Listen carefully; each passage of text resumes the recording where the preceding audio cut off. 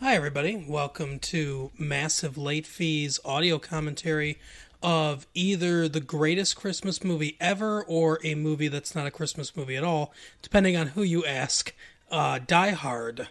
Mike, where do you stand on the big debate? Is this a Christmas movie or not?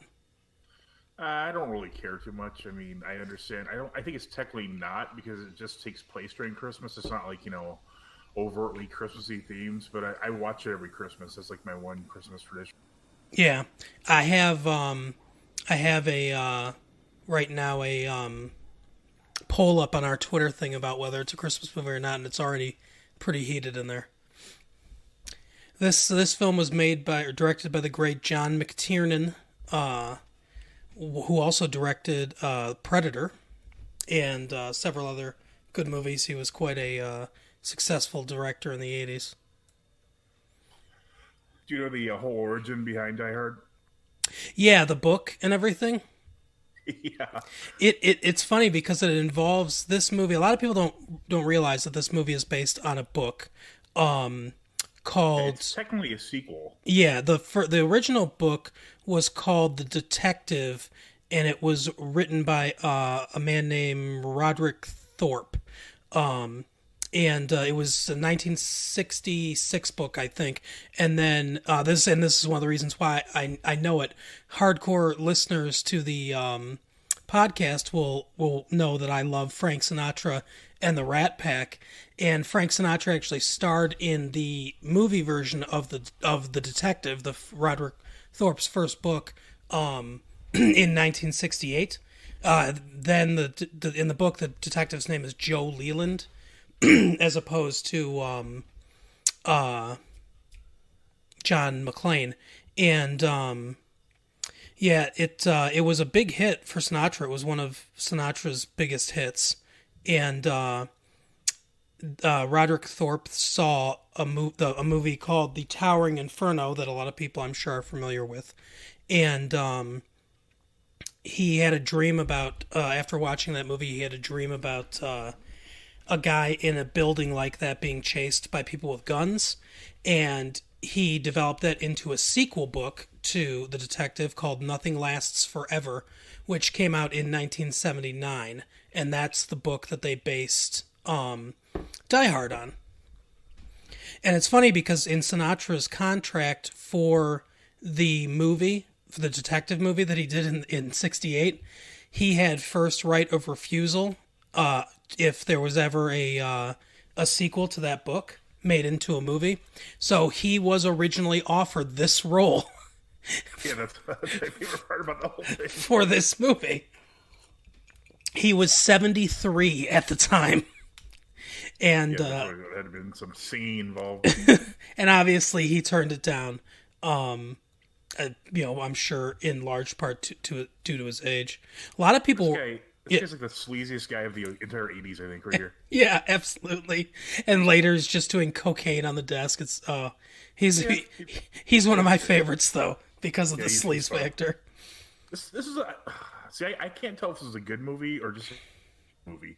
It's definitely a fun movie. I love watching it. I love rewatching it. There's so many like great iconic people like in it. Like just half the people in it have been like amazing in other things too. Yeah, I think it's a pretty well made movie. It's not. It's weird because It's a when good action movie for sure. I mean, there's definitely some shit ones with those. yeah, and when you talk about film criticism, sometimes it can be difficult to discern between a movie that's obviously made for artistic purposes and a movie that's just fun, but both can obviously be good.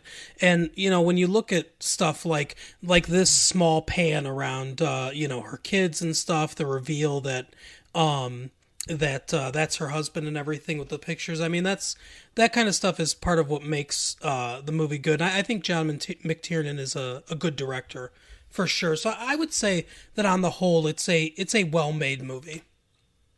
It's kind of like another one of my favorite movies, True Lies. It's not only a good like action movie, but it's also a good movie in general. Yeah, yeah, and what's his name? The guy whose eyes you can't look into. Oh, James Cameron. James Cameron is obviously a very good filmmaker. The other thing too about the what I was going to say is, so they offered the role to Sinatra, and they offered the role to a lot of people before it went to Bruce Willis. A lot of people who are younger might not realize that back in these times, Bruce Willis was considered a comedic actor, not a action star by any stretch of the imagination. And they Clint Eastwood had the rights for a while to this movie, and he thought about making it starring himself, which obviously he was also too old at that time. He was probably in his 40s, which is kind of older than you expect McClane to be. Yeah, I think he was actually probably older than that, even in the early 80s. I think he was probably approaching his 50s, I would think. At least late 40s. Argyle, that's his limo driver's name. Yep, love this guy too. And then they asked Sylvester Stallone. I believe even Arnold Schwarzenegger was approached briefly. The man who wrote the screenwriter of this movie also wrote Commando. A lot of people think that this was supposed to be a Commando sequel, but according to him, it never really was. I think his name is Steven DeSouza. So you can tell John McClane's a man of the people. He's riding up front in the limo. That's right. But that's a good point, because one of the things, and obviously the Die Hard movies kind of went off this path as it went along. But one of the things that makes this movie kind of special, especially for the time, is action movies of this era, because this came out in 1988, and action movies of the 80s, featured guys like Schwarzenegger, these huge, indestructible human beings that you never felt any fear for, because they were just like giant monsters. Sorry, I like how insistent that he is to clarify his relation status right there. Yeah. Like, oh, come on, are you divorced, separated? Do some exposition here, man. He wants to know. Come on, I might not need to know this, but the audience wants to hear it. That's right. But yeah, this was like the first movie that kind of featured a action star that was just, I mean, obviously, he's got some muscle and stuff, but he's not some giant, guy here. He doesn't feel indestructible throughout the movie. He just feels like a guy, in a bad situation with a little bit of skill, because, he's a police officer. But yeah, and that's one of the things that kind of makes this different, is having a more of an everyman in that role. The iconic Christmas song they made at Christmas Time in Hollis, Queens. That's right. I'm completely up. There you go, based on the novel by Roderick Thorpe. Yep. But I'm going to say this is the first rap song ever in a movie. Could be. How would it be at 88? But that bit. Breaking two. Jeb Stewart did the screenplay for this? I think he worked on it. Yeah. I know that. The grave, did he? Yeah, the Civil War general. The Civil War general, yeah. The eyes of the army. That's what Robert E. Lee called him. That's some trivia for you guys right there. This building that he's looking at that we can't see. Isn't that the Fox headquarters? It is, yes. It's their downtown corporate offices, which was being obviously construction is pretty much done, but it was still kind of under construction. A lot of places on the inside. Yep, and I've heard that they went through a lot of legal wrangling with the makers of the movie. They Fox obviously produced and distributed the film. But they went through a lot of legal wrangling with the filmmakers about the different stuff they wanted to do in the building. Like the explosions and stuff like that. I mean, this is their brand new building, and they were pretty nervous about a lot of the stuff they wanted to do. Oh, that'd be kind of fun, like to have that like a building you work in like a movie you like. Yeah. But yeah, Nakatomi Tower, which obviously is iconic now. But yeah, that's 20th Century Fox's downtown offices. Yeah, this directory is very skated at the time for our younger viewers. Mm-hmm. See, I always thought someone was leaving money on the table by not making like a Fox building ornament for Christmas, since so many people do believe it's a Christmas movie. Yeah. Yeah, I don't know what the legal ramifications would be involved with that, because it might be technically copyrighted or patented the trademark or something. Right. Yeah, I don't know. I don't know how that works with building design and stuff like that. I'm fairly certain that you couldn't put the name Nakatomi on it, and obviously you couldn't put 20th Century Fox on it. But I don't know if you could do one that's just that looks like the building. Already, the way everything is kind of shot and the way all these people are looking at each other and stuff, it feels uneasy.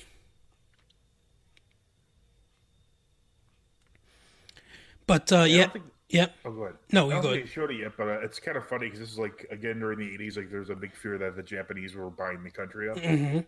and so Nakatomi. It's kind of funny. There's a joke and a reference to that in here. Okay. If you look, I think it's when he gives his big speech. Like the next time you see him, he's standing by like this kind of waterfall thing.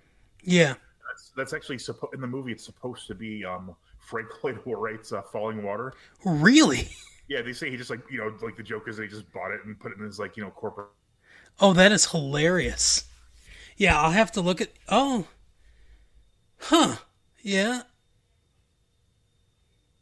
Well, it does look a lot like it. Yeah, so it's like just why would he buy it and put it in his building? I've never noticed that before, but and you can see kind of the look on his face. It just happened where he looks at it. They pan across the waterfall and stuff, kind of pan up, and he just kind of shakes his head like, oh, they're buying everything, kind of thing. Yeah, wow. No, I did not know that, and that is. I can absolutely see that. It really does look a lot like that. Yeah, they offered this role to, like I said, Stallone, Harrison Ford, De I would Niro. guess Tom Selleck probably. Yeah, I think so. Nick Nolte too. Mel Gibson, Richard Gere. They offered it to a bunch of people. Oh, including MacGyver himself, Richard Dean Anderson. If Tom Selleck was in this at the end when he tapes the gun to his back, he just put his mustache instead. That's right. But yeah, I guess they all turned it down, and it ended up going to Bruce Willis, who was very popular at the time on a show that I liked called Moonlighting. Yeah, I'm not a big fan of it. There he is. You just can be more obvious. I'm making a call. There's no phone.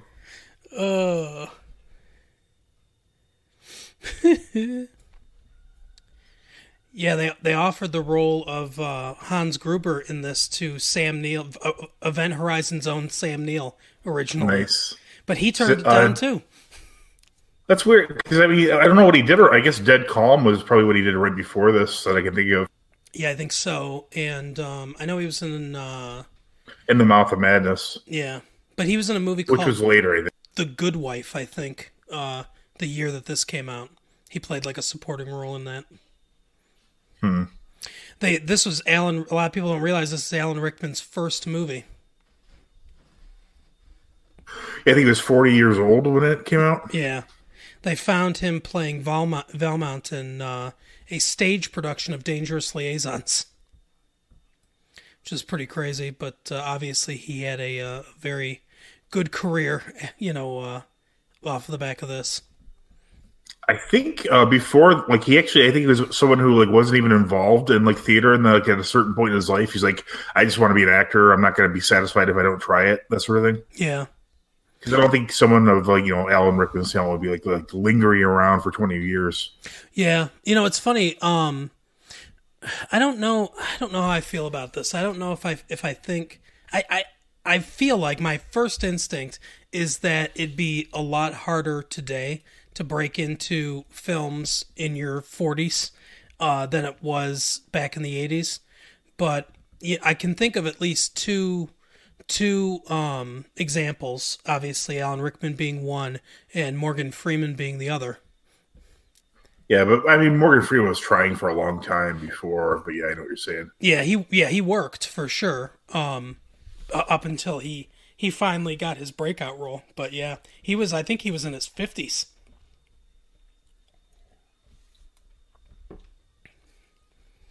The great Bonnie Bedelia. Yeah, I don't know of anything she's in besides this.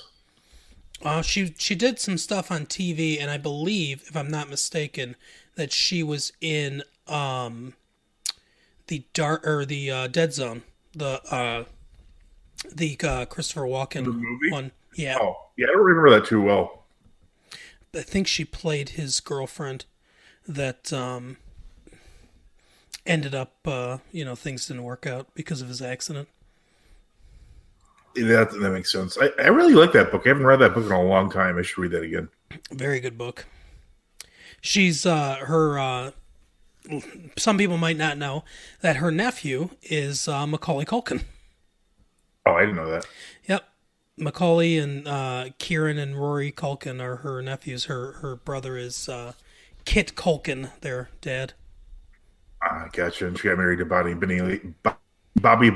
Fuck, I fucked that one up. Bobby Bonilla of the Pittsburgh Pirates. Yeah, yes. That's where I was trying to get to, but I couldn't quite get.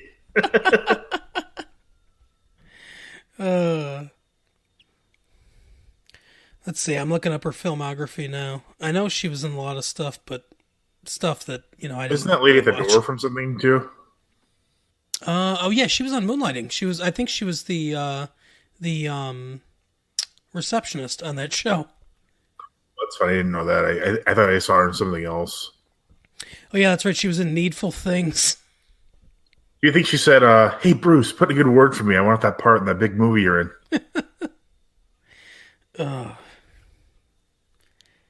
Yeah, I don't know. I think the Dead Zone, going back to that, which makes no sense. I think I'm wrong. That's almost like the perfect that's almost like the perfect blend of Stephen King and Bachman. Yeah, I agree. That's a good book.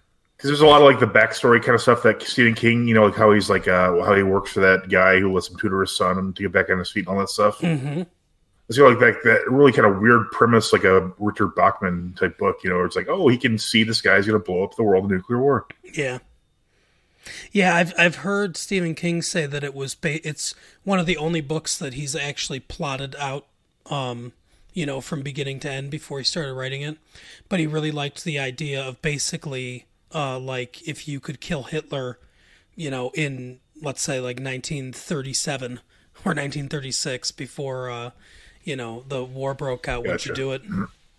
Oh, here's this this part which I like. Yep. What I like is how he jumps over the counter. I don't know why everything about that always makes me like, I'm like, oh, that's funny. He's like this like technical guy. He just like jumps and casually just kicks the guy in the fucking chest.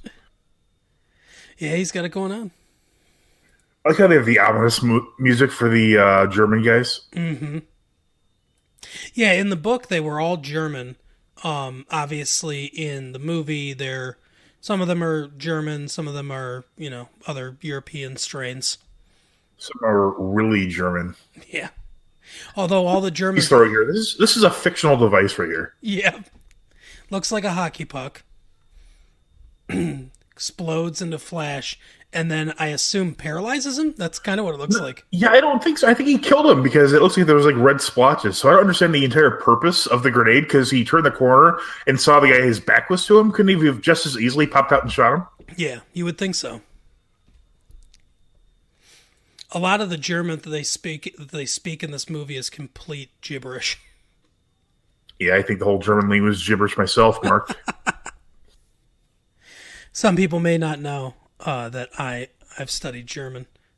Mike has studied Russian. I assume in preparation of their imminent takeover. I'd like to go to Germany like for Oktoberfest. I should learn this. So it's an interesting sounding language. I know a lot of people say it sounds like you're always yelling or whatever, but I don't really think it sounds like that. It's just like an interesting sound to it. A lot of it is very close to English. It's for sure.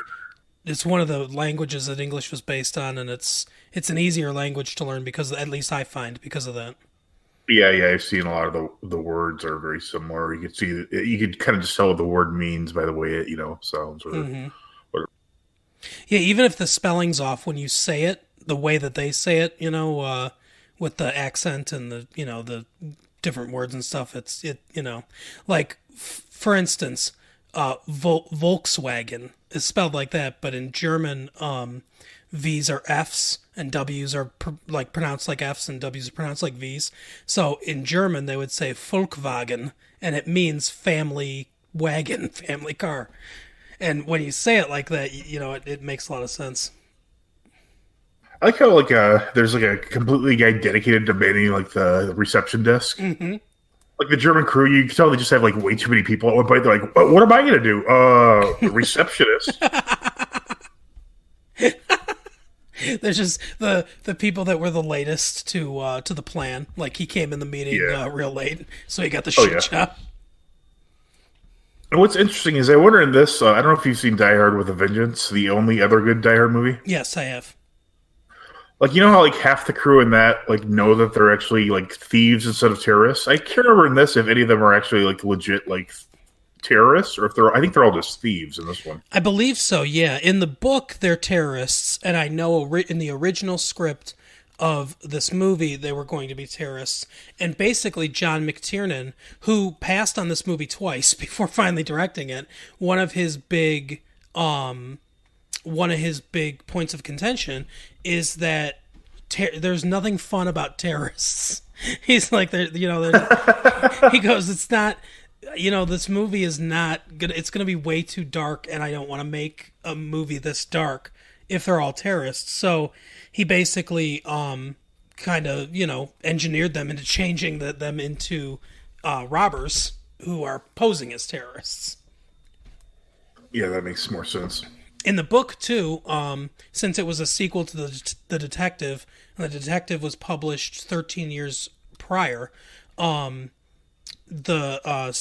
character, was retired. Joe Leland was retired when this book came out, and he was going to see his daughter instead of his wife. So that was one of the few changes they made, where they made him younger, and they made it his wife instead of his daughter. I like this part a lot, where like his very carefully trying to go over like the phone line and make it so like I don't know if the calls are all busy or something. Mm-hmm. And then his brother just chops him off with a chainsaw, and it's equally effective. So it's like, why would you even bother? Like that's clearly another example of like they need an extra guy. Like, oh, we need an electrician in our robbery gang too. Right. We need an electrician or a chainsaw. Yeah, I'll bypass the alarms. Like, yeah, you do that. What's that? You took 5 seconds too long? Get out the chainsaw. It's no different. I would not be surprised one bit if the scene from The Dark Knight was like completely ripped off from this. Ooh. Where the Joker comes out. Yeah. Just the way Alan Rickman's standing, like that's almost the exact same way. You see him from the back, like when you first really kind of see him, he's just, kind of like, well, actually that's not true because in that scene, but you see him from the back at first and then they come out and just start shooting. Yeah. And honestly, I think McClane does the exact same thing that Batman does. Because doesn't Christian Bale go into like a private room, or like he goes like into a ventilation type duct? Yeah, I think he goes into a private. I think it was a hidden like panic room he had or something like that. Yeah, and then he turns into Batman, and then he crashes through the window. Yeah, so that ripped this off. I never thought about that, but yeah, I think you're right. Look at this. This is a hell of a Christmas party. Look at those. I mean, that's really the best reaction you can say. Yeah. It's not adding any like emotion to it. Just look at those. You're not describing. Hurt anyone's feeling with that.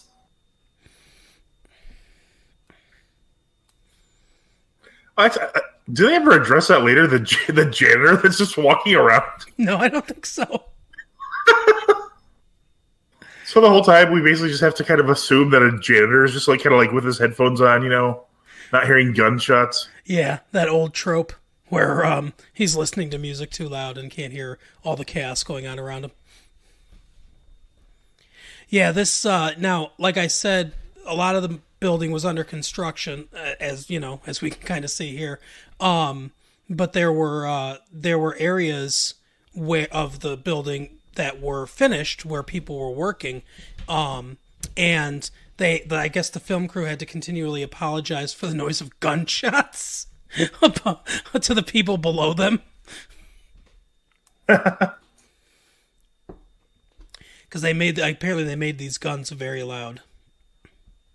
Yeah, you can definitely tell like this and the movie Heat especially. The movie Heat is like so insanely loud. Like I think it's the only movie that really conveys what it actually sound like to be in a gunfight. Mm-hmm.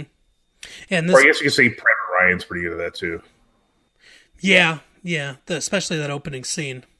But yeah, they McTiernan really wanted the sound to be ramped up so that it added more realism. Now, let me ask you a question, is because you're a gun guy and I'm not as much of a gun guy. These guns that they're using, would they be effective in this, like in situations like this? Are they? Because Yeah, I they're Heckler and Koch knives. Which actually, this might be the first movie or one of the first ones where they became like really prevalent. They're like in almost every movie. Mhm. Um, they're basically 9 millimeters, but the longer barrel provides extra acceleration, so the bullets are going even faster. Okay. They're actually pretty well known to be used by like just counterterrorism units in general. I think the FBI's hostage rescue team. The last I had like looked into them or whatever, or been interested in it, they did have MB5s. Okay. Because I know. And they're in the movie the Matrix quite a bit too. The ones that Morpheus has are actually MP5Ks. They're a shortened barrel. They're a little bit smaller. Okay. Yeah, I know. And then I'm sorry, go I ahead. was just gonna say I know that sometimes they'll use like certain types of machine guns and stuff like that in movies, and I've heard people say that that's dumb for them to use this type of gun in this type of situation Yeah, because they're not that makes sense. I mean, effective. it's kind of a weird weapon just because they're kind of expensive. Yeah, Right. they're definitely something that you use. And there's actually quite a few interesting guns in this movie. And my favorite one is the one that Hans Gruber has. Okay. But Bruce Willis actually carries a Beretta 92F. It's a gun that was used by the Army at that point. They had moved from the 1911 to that. And so, like, Bruce Willis is actually kind of like his character is known for carrying that gun. So it's almost like the gun's a character, too. Like, in every movie, I'm pretty sure he has a Beretta 92. Yeah. Now, is that the type of gun that a police officer would carry around this time or could carry? It's possible. I mean, a lot of them were moving to like the double stack 9 millimeters. I mean, Mhm. some of them at this point, a lot of them still had revolvers. The FBI was on a Smith and Wesson at this point, I believe. And then the Smith and Wesson, like they had a whole line that was like adopted by the FBI, and then they went to the FBI actually went through quite a few firearms at a certain point. We had 9 millimeter was pretty popular amongst the military and even the FBI at this point. A few years later, they had the heavier calibers, which is a result of like a famous shootout. But then they actually have only recently gone back to the 9 millimeter. Yeah, because 9 millimeters. It surprises me to hear that because of it's a famously smaller caliber gun. But I guess the way it's designed, it does it have like similar stopping power to some other types of guns that are higher calibers. Yeah, a big issue with the 9 millimeter in the military is that due to the I think it's the Hague or the Geneva Convention, they're only allowed to use ball ammunition. Okay. And ball ammunition, like it doesn't expand or anything like that. But like the most modern ammunition, the reason they switched back from the 40 caliber to the 9 millimeter at least is because the ammunition has advanced so much. Like the average 9 millimeter bullet now will expand to like half an inch, which is obviously bigger than a 40 caliber. So. Okay. I mean, even then, back then, I mean, it's a lot of it's like a lot of like egos involved. Like, oh, I carry a bigger caliber, so people think like they're more masculine or something. But Yeah. yeah, I think Europe basically never left the 9 millimeter. I think that was one of those things like in like Dirty Harry with the 44 Magnum. I think Yeah, for sure. I think that was kind of the point of that one. Which is kind of funny because even in that the first movie, he's actually the 44 Magnum was so popular that they couldn't get a hold of one, Mhm. so he's 41 Magnum. Okay. Rickman is so good in this role. It's a revelation of a performance for your first on-screen role, but he absolutely nails the quiet sinisterness of Hans Gruber, Yeah, especially like combined with a certain type of sophistication. so you can definitely tell he's a gentleman, and I was going to point that out in a couple scenes ago. When he's walking through looking for Nakatomi, he sees several other Japanese guys, but he's kind of too rude to say like, "Hey, you're Japanese. Are you Nakatomi?" Right. Whereas like another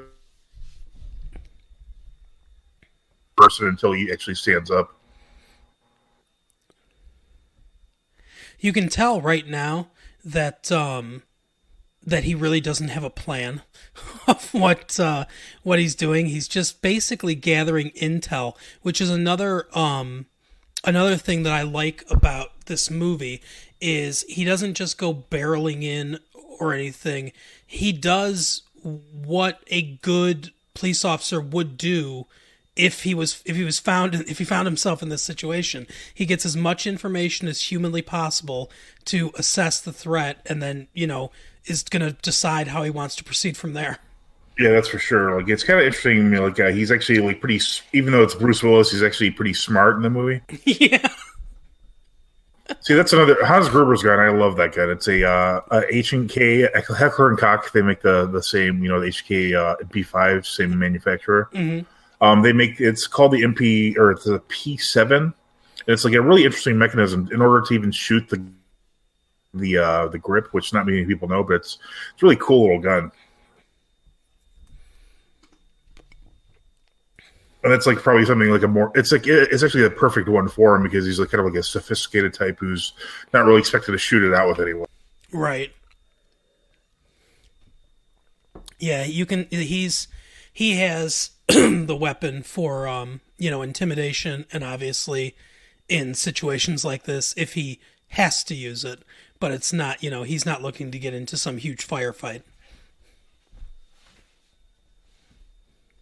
What's kind of interesting here is like the way he bets him, like, because the one guy thinks he's going to shoot him, the other one doesn't. Mm-hmm. So that was probably part of the plan ahead of time, like they thought like, oh, the one guy's like, oh, there's no way he's actually going to do it. But like Hans probably realized that in order to like really show they were serious, he had to just murder someone, because you can't pretend to be terrorists without killing at least one person. Yep. Which, if you think about it, it's really even more fucked up because, like, a terrorist, like, as bad as they are, they have, like, they're idealists. They actually believe in what they're doing, but he just is in it for the money. So he's like, yeah, we have to kill people. Yep. Yeah. It's even more heartless in a way because it's, it's all for money. Yeah, he literally doesn't care about anything but the money. It's a huge amount. And it's kind of funny because this is another 80s trope is, like, what he's really after are the bearer bonds. Mm-hmm. It's like every 80s movie, like, oh, we got bearer bonds. Yeah. Yeah. For people that don't know, bearer bonds are basically bonds that belong to whoever bears them. They're basically the best way to transfer giant sums of cash with, being relatively anonymous. Yep.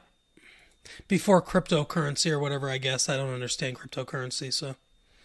It's interesting, but not the time to discuss cryptocurrency. There's a lot of cryptocurrency podcasts. I bet there are. I don't know why there'd be more than one, but I'm sure there's plenty.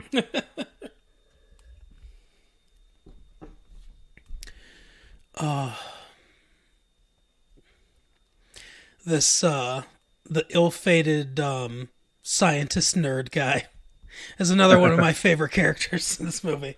It's funny. There are a lot of characters that either end up being cliches or even were kind of cliches at the time, but the way that they, the performances of them and everything, the way they're integrated in the story and the way they're portrayed, it makes them unique enough to where it doesn't feel like a cliche. Yeah, they're good acting in the whole movie. See, I would say the only thing that really can say that this is a Christmas movie is all the different songs that are on the soundtrack. Mm-hmm. Like Hollis Queens, and later when he's in the exact same room and the vault opens, you hear like the Ode to Joy. Yep. Yeah, if I can see why some people think it's a Christmas movie. If you take the Christmas element out of this movie, I think it's still the same movie though. And that's, oh yeah, for sure. I think that's probably the biggest reason that I like. And there are other movies that people like really think are. See, everyone debates this one, but I think, like for instance, Home Alone, I think is a much more interesting debate because if you, I think that's definitely a Christmas movie. But if you take the Christmas element out of that movie, it's still the same movie. Not really, because they're not traveling to France in the first place for a Christmas trip. He's not going to the church because it's Christmas, and he's not really missing his family so much because of the holiday. I guess that's probably true. Because, I mean, they could be traveling for whatever, just summer vacation or something like that. But the Christmas holiday makes it hard for them to get a flight, and it's a big factor in a lot of stuff, and hard to get a hold of any neighbors or anything like that. So I guess. And so that's why the wet bandits are there in the first place. Yeah, that's true.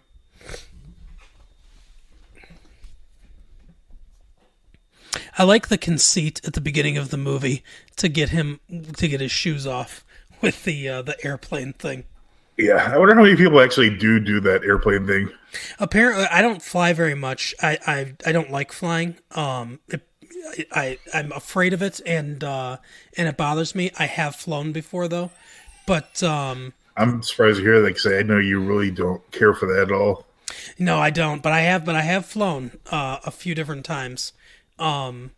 But according to Bill Burr, I guess there's a lot of people that take their shoes and socks off on the plane, and he finds it disgusting.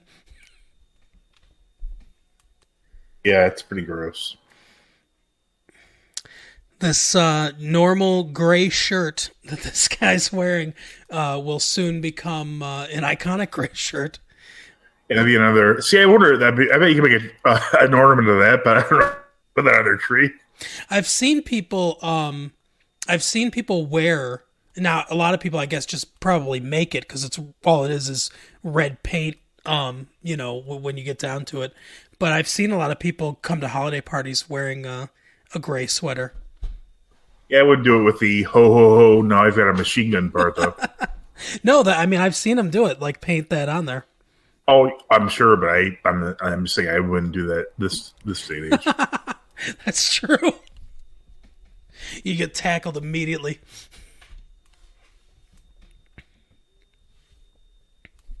It's like they have it all figured out. They're like, oh, there's rules, but John McClane doesn't play the rules. Yep. Oh. This is, and this is another thing too, is I like, some of these fight scenes. They're brutal. They don't look hugely choreographed. They don't look. Yeah, that's for sure. They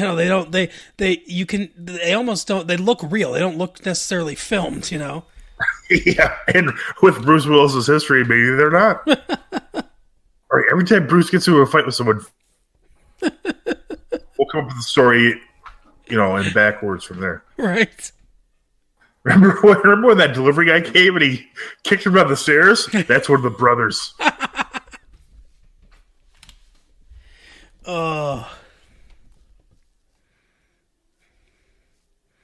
Red Castle.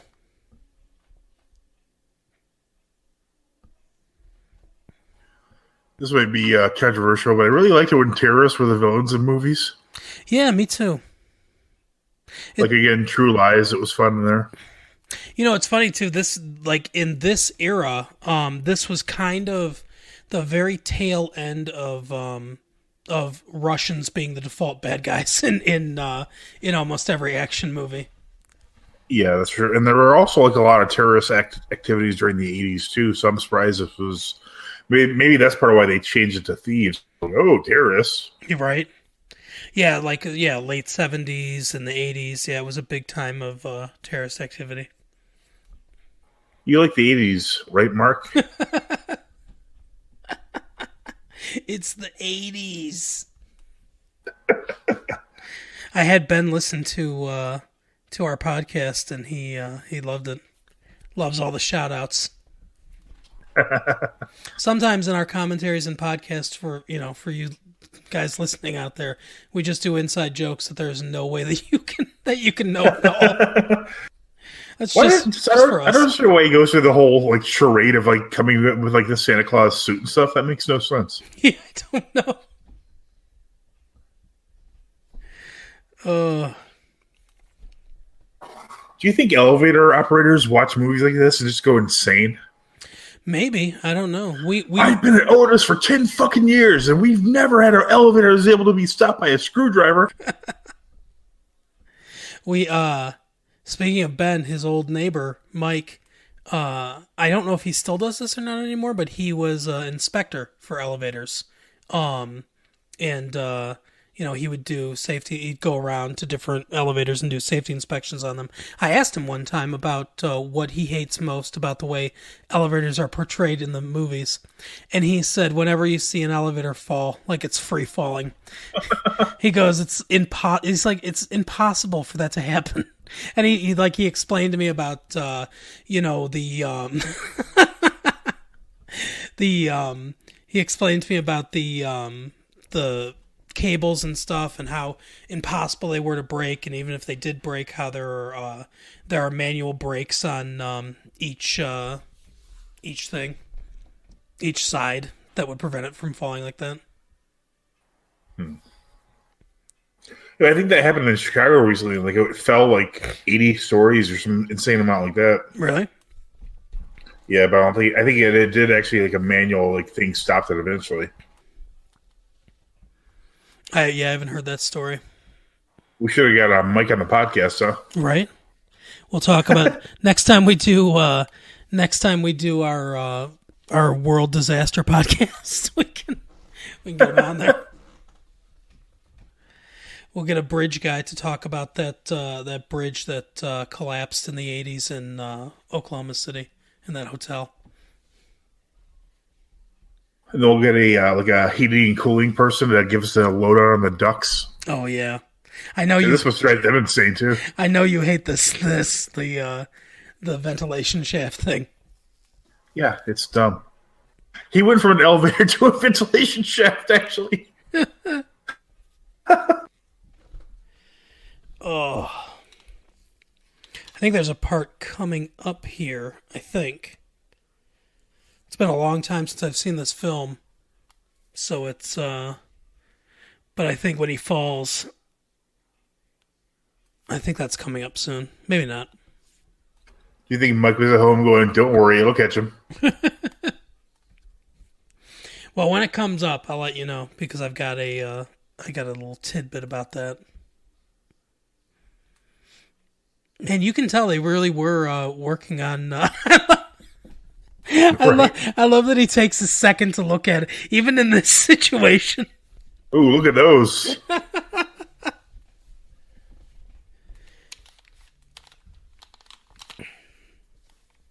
What the hell kind of layout is there of this floor right here? I don't know.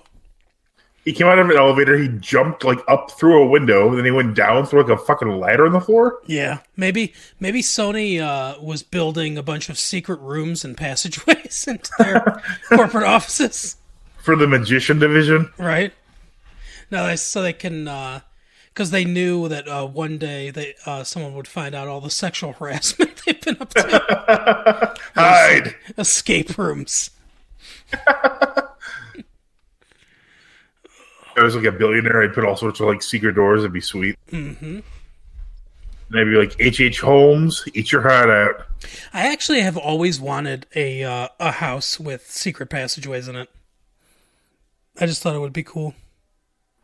I think a teller from Penn and Teller has that in his house. That would not surprise me at all. Oh, this view of the city is not real. It's a painting. Curses. Yeah, that's I guess it's kind of famous. They still own it and they still use it sometimes, but it was one of the most expensive paintings they ever commissioned, and it was one of the most intricate, because I don't know exactly how they did this. I guess maybe like tiny holes where they put in regular lights and stuff, but they can they made it so that the lights could kind of come on and off and twinkle a little bit, and I guess it can go from night to day as well. Huh. I don't know exactly how they did this with this painting, but there must be, like I said, some kind of light bright shit behind this. I like the 911 operators rolling their eyes. Yeah. Here's another interesting guide in this. This is a it's a Steyr AUG, and what's interesting is that that's an Austrian gun. The other ones were in fact German, so they actually like make sense like location wise. Mm-hmm. They're just insistent that he's making this all up. You know what's so weird too is the that the 911 operators have a tiny little Christmas tree on their thing. Like, that's not a profession where I would assume that they'd be festive around their office.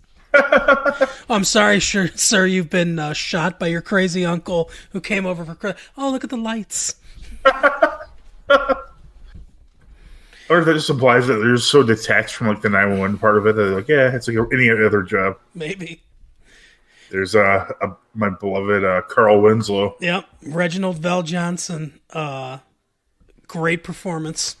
I like how the guy calls him out, but the guy is at least equally fat to Reginald Vell Johnson. Yeah. He's like, oh, you eat a bunch of Twinkies, huh? He's like, you're just as fat as I am. Yeah, exactly. Maybe Police more. officer, I walk a lot. We just stand here at this fucking counter all day. The only way this movie could be any better is if that was Dante and Randall behind the counter. Just somehow. Wrong city, wrong decade, but just somehow there. Make your own milkshake was 99 cents back then? Damn. Wow. Make your own milkshake. Yeah, I just realized, what the fuck does that mean? That's weird. Did they have like, you could use like here's the bill. It was like look at those gas prices though. Oh yeah. It was like you'd have like your own milkshake machine, like at like a fast food place. Oh, I guess. Or Dairy maybe. Queen. Yeah. It seems like it seems like a pretty cheap price. And it's like a make your own pizza pie from Seinfeld. yeah, or make your own slush order. Right. I like how my kids like to put like 5 or more different flavors in like their Slurpee. It's like, you're really just ruining it right now. Yeah, I don't like that either. I don't put more than one. I guess I'm boring. I find it odd that the New York detective is familiar enough with these weapons to be able to use them like immediately, though. Yeah, that's probably a slight plot hole. Even, because I would think that even like SWAT and stuff like that wouldn't necessarily be using these, not at that time. Yeah, SWAT actually does use it extensively, so I think it was probably after this. So, like, this is one of those things where people first saw it, like, oh, that looks cool, or that was in Die Hard. And yeah, he's not, like, obviously he's a detective, so he was not part of the SWAT team.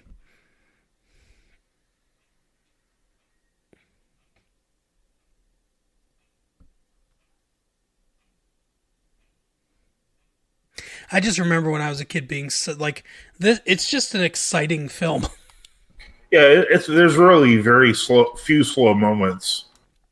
Yeah, and what is and even those are like, the ones that are like action, like slow or like tense. Mm-hmm. I suppose I guess that poster of the naked girl is to give us a sense of place. So we know where we're at as he's crawling through all these different places. Was that Playmate of the Year, Victoria Silverstedt? I don't know. I think maybe a little early for her. That probably wouldn't be legal. Yeah. Yeah, she's probably like 14 at the time. Actually, I don't know. She's probably younger than that, now that I think about it. Could be, yeah. Because this was 88. And I don't know when she was Playmate of the Year, but I think Basketball came out in, 98? Yeah. So, yeah. I don't think she was in her 30s. No. It's funny, his brother's dead, but that other guy could easily just be his brother. Yeah, really, he could. Do you think we had like a brief conversation like, you're like a brother to me? It would be like in Beer Fest where it's landfill, but it's just... Yeah, Beer Fest would be a good one to do, for sure. I love that movie. Huge fan. Yeah, I think I like it most of any of the other ones. Yeah, this part where he falls, this was not supposed to happen. Oh, that sounds tragic. Well, what happened is, and I guess I'm sure he was fine, but the stuntman, when he releases here, was supposed to catch he was supposed to catch the side, I think, or something like that, or one of the ventilation things and swing into it, and I guess he missed it by a lot. Oh no. but but the shot, looked cool, so they kept it in. I assume he didn't die, since they didn't mention that he died. He probably didn't die, people. I'm like, isn't there like an Italian horror movie, like the what are they called? The Giallo or something like that? What? I'm not sure. You're talking about like a genre of Italian horror movie? Yeah. Oh, I know what you're talking about. The really gory ones. Yeah, but isn't there one where like someone actually did? You were telling me, I thought, fell through like a sky, like a skylight at a mall and died. Yeah, that's they just incorporated it into the movie. Yep, that's a Dario Argentino movie. Oh no. Yeah, he I guess that used to happen a lot. Like there were people that died in Ben-Hur. Yeah, well, yeah, I knew about that. But I'm trying to think of the name of that movie now. But yeah, this guy, he they didn't use a stunt double for some reason. I don't know why. And he slipped. He fell through this skylight thing and died. But they kept it in the movie. And then you say they had like a whole backstory to it too. Yeah, I'm trying to remember all of it. Because that was, that was way, like, probably, when I was friends with Colin in, yeah, I know you guys were in the early 90s, yeah. That was something I read about then. Hey, is this Asia Argentino related to this Dario Argentino guy? Who? Asia Argentino. I don't know who that is. Oh, never mind. Is that a joke that I'm not getting? No, I thought that was her name. Maybe I'm wrong. Giada,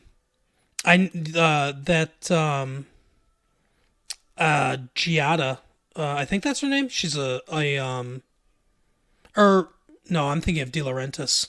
Dino De Laurentiis. Yeah, that's another one, Italian horror director. But let's see, maybe. Oh, I'm thinking of Argento, Asia Argento, not the same thing, right? Yeah. No, that's right. Yeah, Dario Argento. Yeah, and so that's his daughter. I don't know if it is or not, but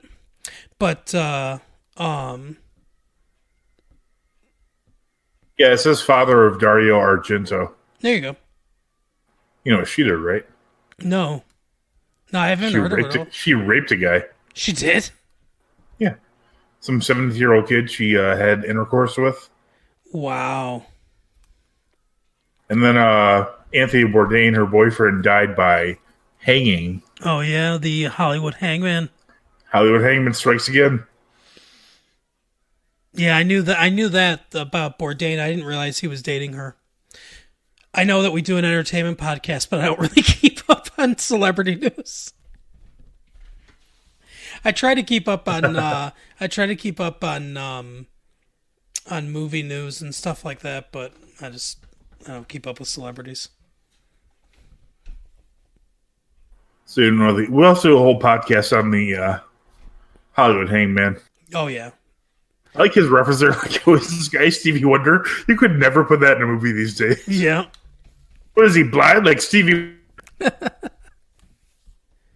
Yeah, I think sometime in the new year we'll do a movie conspiracy theory one, and we'll do the Hollywood Hangman. We can go through your top dog, your top. That's what it's called, right? Top dog. Yep.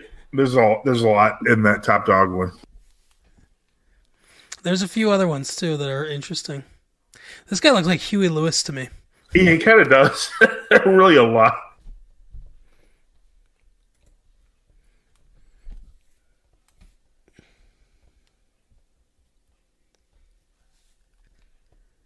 Another good thing about this movie is the way that, and you know how action movies should be structured anyway.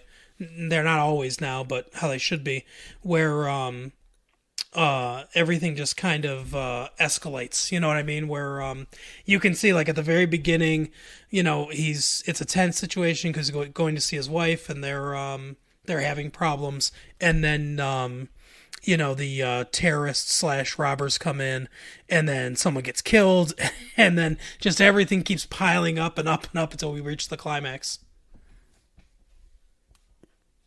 Do you think these guys might all be brothers? I don't know. Could be. They look like it. They're all. So you really shouldn't be that upset. He's got a lot more. They're all sporting very fashionable '80s mullets.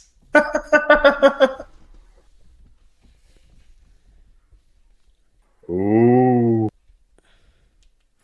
Someone said, and I think I agree with this, that the more the more Bruce Willis loses his hair, the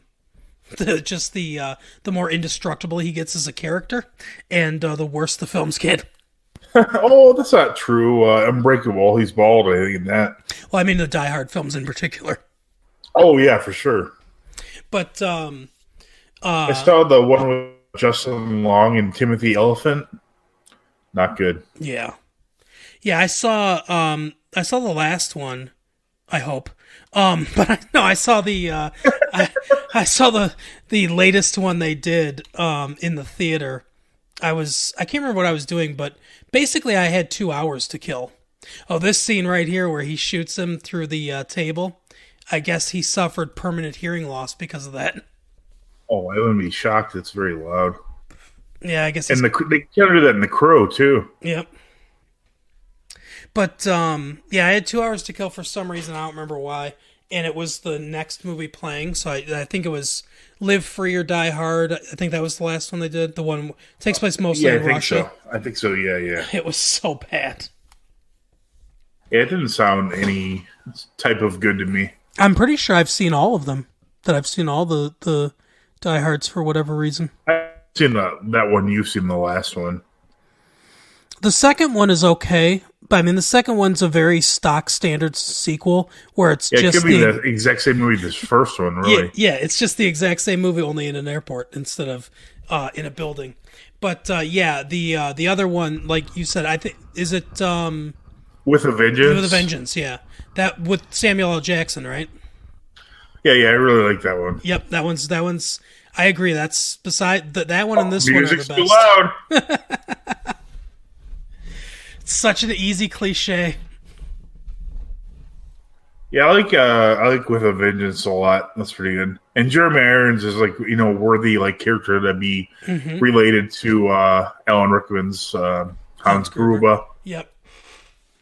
Yeah, I agree. Simon Says. Every time I watch that movie, I get to the point where they have that riddle. I'm like, oh, I got to remember how to solve this one. The one at the with the water jugs. Yeah. Yep.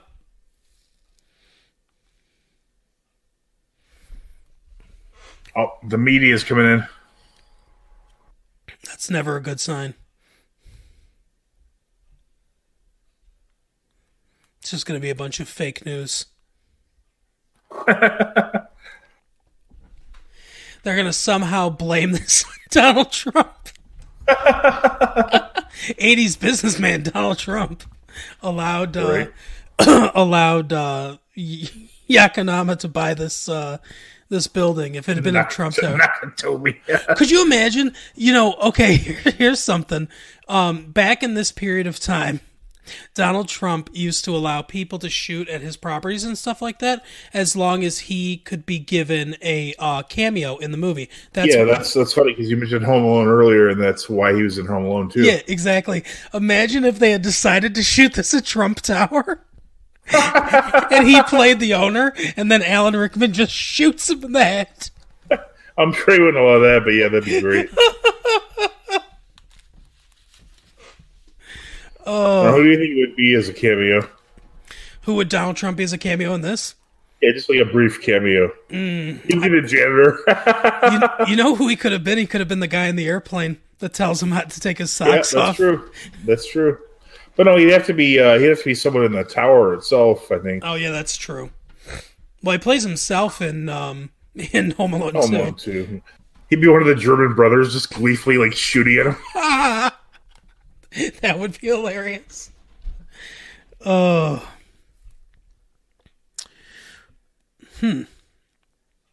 C4. They came prepared. Now so I assume that from his perspective, because he thinks they're terrorists, that he's thinking they're going to blow up the building as an act of terrorism. I guess. And he's not too wrong. Yeah, not entirely. They are going to blow something up, just not. They're not looking to blow up the entire building. Right.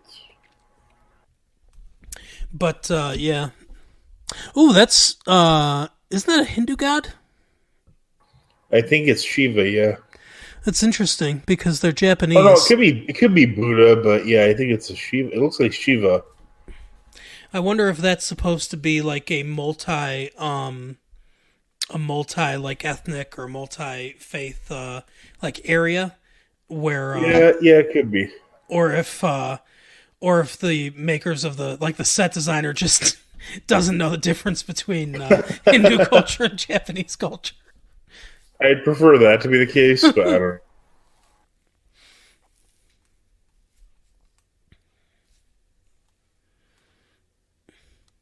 Going on the air now. Get Ryan Seacrest out of here.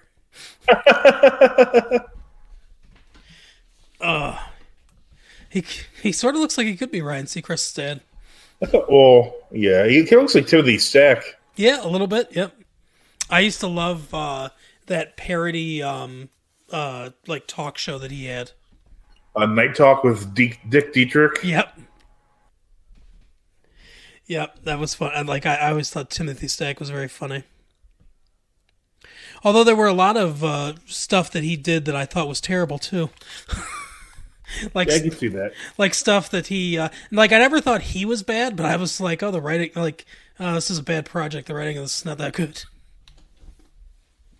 Like that Son of the Beach. I didn't really watch it, but Howard Stern produced it, so he wouldn't shut up about it ever. I watched a few episodes of it. It was okay at times, but it was not great a lot of other times. But again, I love Timothy Stack. He was good in it. He was in an episode of The Wonder Years, too. Oh, yeah, that's right.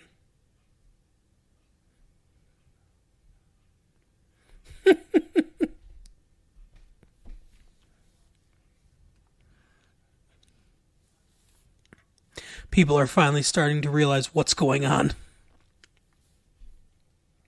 Both of them individually have been trying to tell everyone.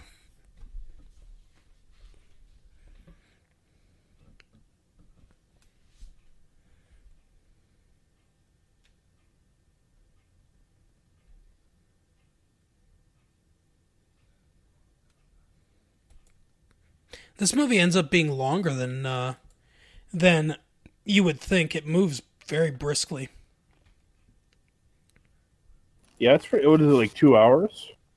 Yeah, I think a little over 2 hours, which is not necessarily long now, but somewhat long for the time. A lot of movies were right at the 90-minute mark back in the 80s.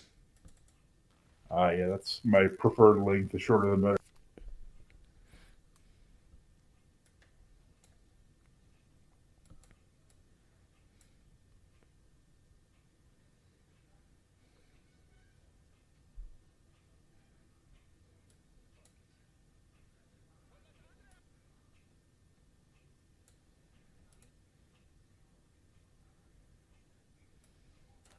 Just how desperate is he to like immediately call him partner?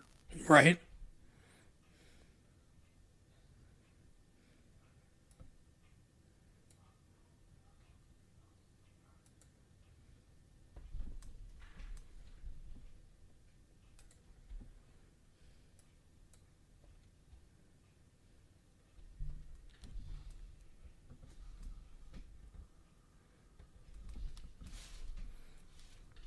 Oh, speaking of the gunshots in this movie, I guess Alan Rickman used to flinch or I mean, would flinch every time he fired a shot in the movie.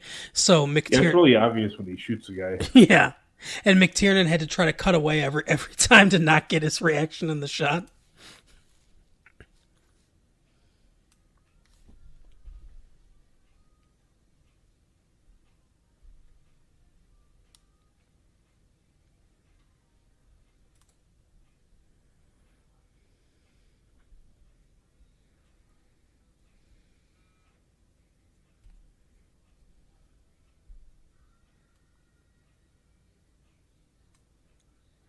There is definitely something about watching this movie at Christmas, though, that I can see it being a good tradition for people, especially people that don't like musicals and things like that.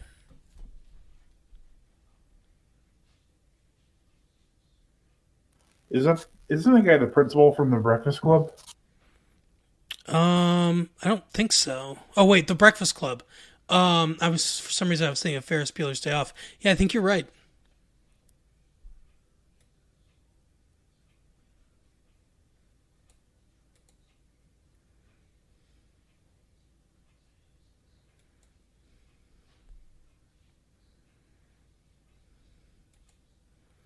I don't know. I frequently get people mixed up though. I always get William Hurt and John Hurt mixed up. John Hurt's the one in Alien, right? I think so. I don't know.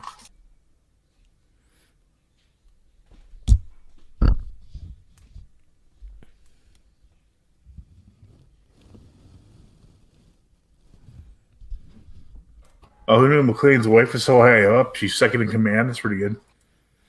Yeah, now she's in charge.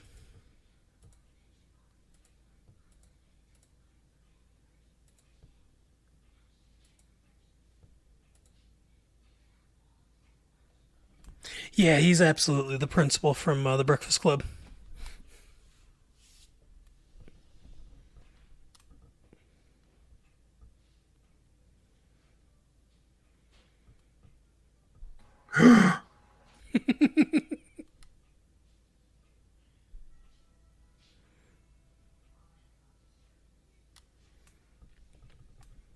Pretty soon we get our first look at Johnson and Johnson, the FBI agents.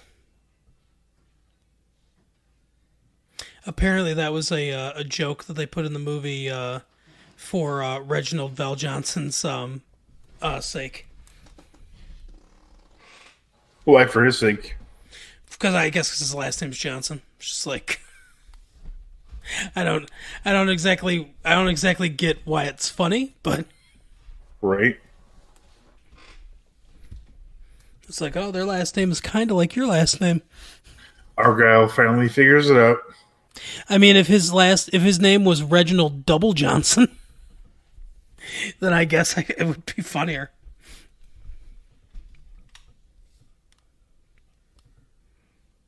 This this also has another trope that I love about 80s movies is whenever anyone's working on a computer, it's like they can make the computer do anything. Yeah, that's great. There was a movie for all you younger kids out there where a John Hughes movie where they used a computer to bring a human woman to life. And everyone just accepted that, oh yeah, computers could probably do that.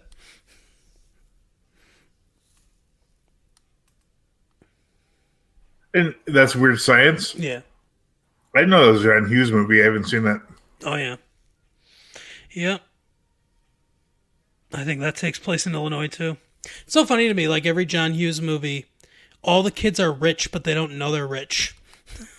Because John Hughes was rich when he was growing up, but didn't know he was rich. I didn't know that. As you notice, like if you notice, they always live in the like nicest suburbs of Illinois in these giant houses. They've got nice cars, but they never talk about it because they don't know it.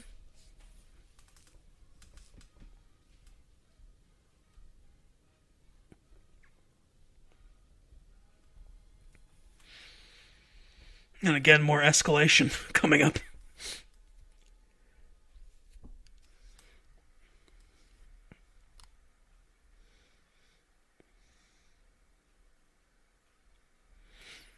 It's easy to forget, like, just how much destruction happens in this movie. Yeah. Do you have any Christmas tradition movies aside from this, or is this one of them? I usually watch this, I not every year, but I usually watch this around Christmas time. Um, in our house when I was growing up, the big one was A Christmas Story, which I'm sure is for a lot of people too. It was one of those things where when I was a kid, I was like, "Oh, we're the only ones that know about this movie."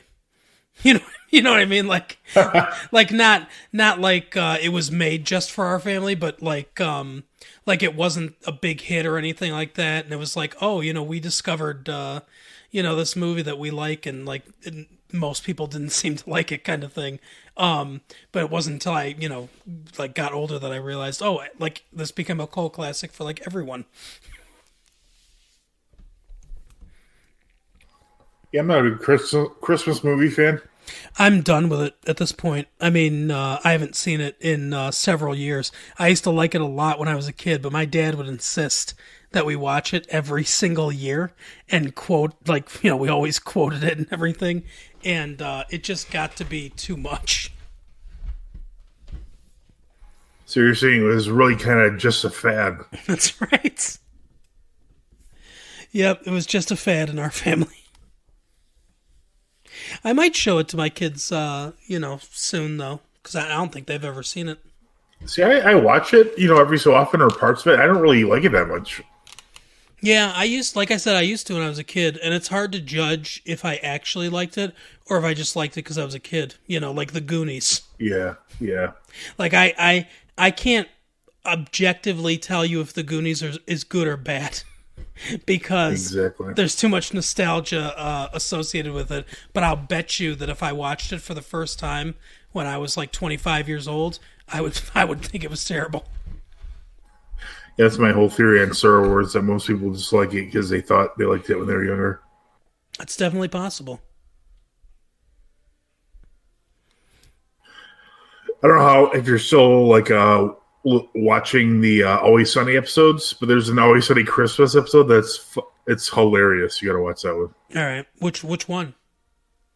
They only really did one. I can't remember what it's called, but if you tell me the names of whichever ones there are, like I'll be able to figure it out. This guy, the Asian guy with the long hair, he's like a really like well like used stuntman. Mm-hmm. Yeah, I've seen him in other things. Yeah, he's done a lot of other, like he's like a stuntman / actor kind of guy. I think he was in Big Trouble in Little China.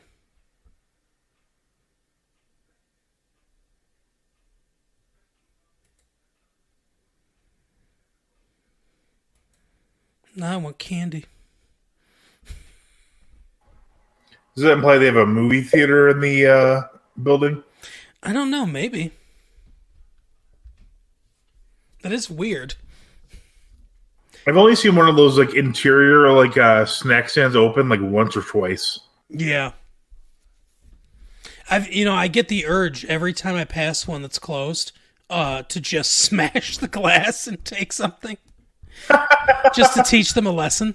Not even really because I want it or I want to steal it or anything like that. Just to be like, don't put this shit here if you don't want it stolen. It's probably all stale anyways. Yeah, it's probably. It's like they have fucking movie meals over there. They've got Nestle Crunch bars in there, but they're the old like blue and white packaging. You can tell they're from the 70s.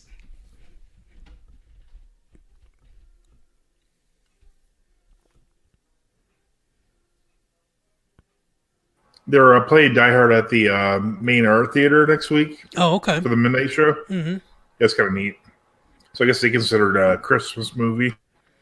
Yeah, a friend of mine went out and saw Elf today in the theater. Yeah, I heard that was back in theaters, but I don't know. I never really got into the movie that much. It's okay. It's not my favorite. I like it, but it's another one of those where, I've seen it already. I don't really need to see it a bunch of times. I think I'd rather see Bad Santa again than that. I thought that was pretty funny, the first one at least. I don't think I saw all the second. I think that's on Netflix right now. Could be. Maybe I should watch that because, again, it's hard to find a bad movie with. I don't know of any bad movies with Billy Bob Thornton. I know he's in the movie The Alamo, which I didn't see, but I think he got pretty bad reviews, so maybe that's the one. But he's probably good in it. Yeah, I like Billy Bob Thornton a lot too, and I'm trying to think of all the movies I've seen with him in it, but yeah, I can't recall really seeing a bad movie with him. I still can't get over the fact that he was good in the Bad News Bears remake. That was just set up to be like the worst movie ever. Yep. Yeah, and that's a pretty good movie. I saw Bad Santa 2. It's not nearly as good as the first one. Yeah, that makes sense. Bernie Mac was hilarious in that first one. Yeah, Bernie Mac is hilarious in general. Well, let's see. Early in his career, Billy Bob Thornton was in a movie called Chopper Chicks in Zombie Town. That might not be the best movie in the world. Where'd Matthew McConaughey and Reese Withers? No, Renee Zellweger. And one of the early what do you call it? Texas Chainsaw movies? Yes. Yeah. Yeah, I'm pretty sure. Three? I'm pretty sure Maybe that three? I'm pretty sure that Renee Zellweger was. I know Matthew McConaughey was. I think it was 4.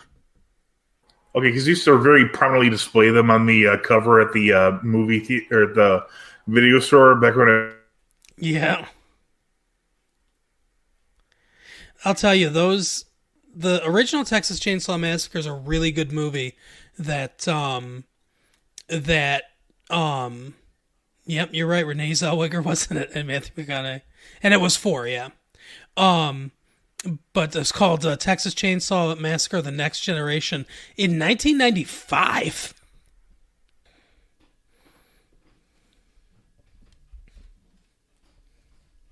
So, getting back to Billy Bob Thornton, this woman's been in stuff too. Yeah. I can't remember exactly what, but I know I've seen her.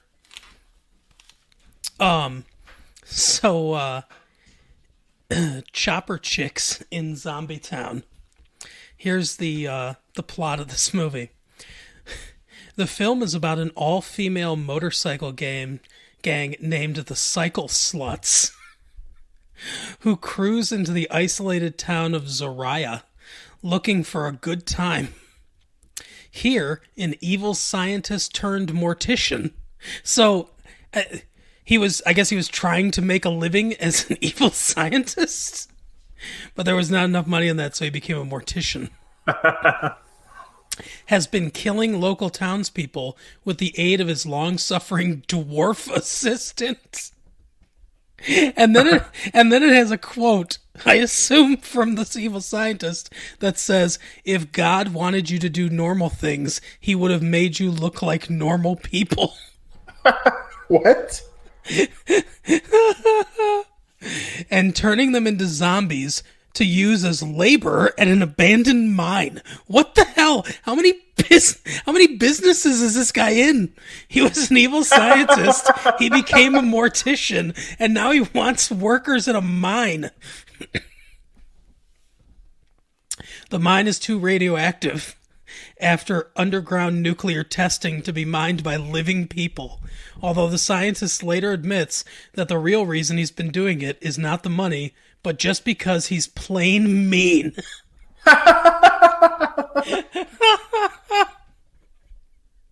I kind of want to see this movie. Enjoy.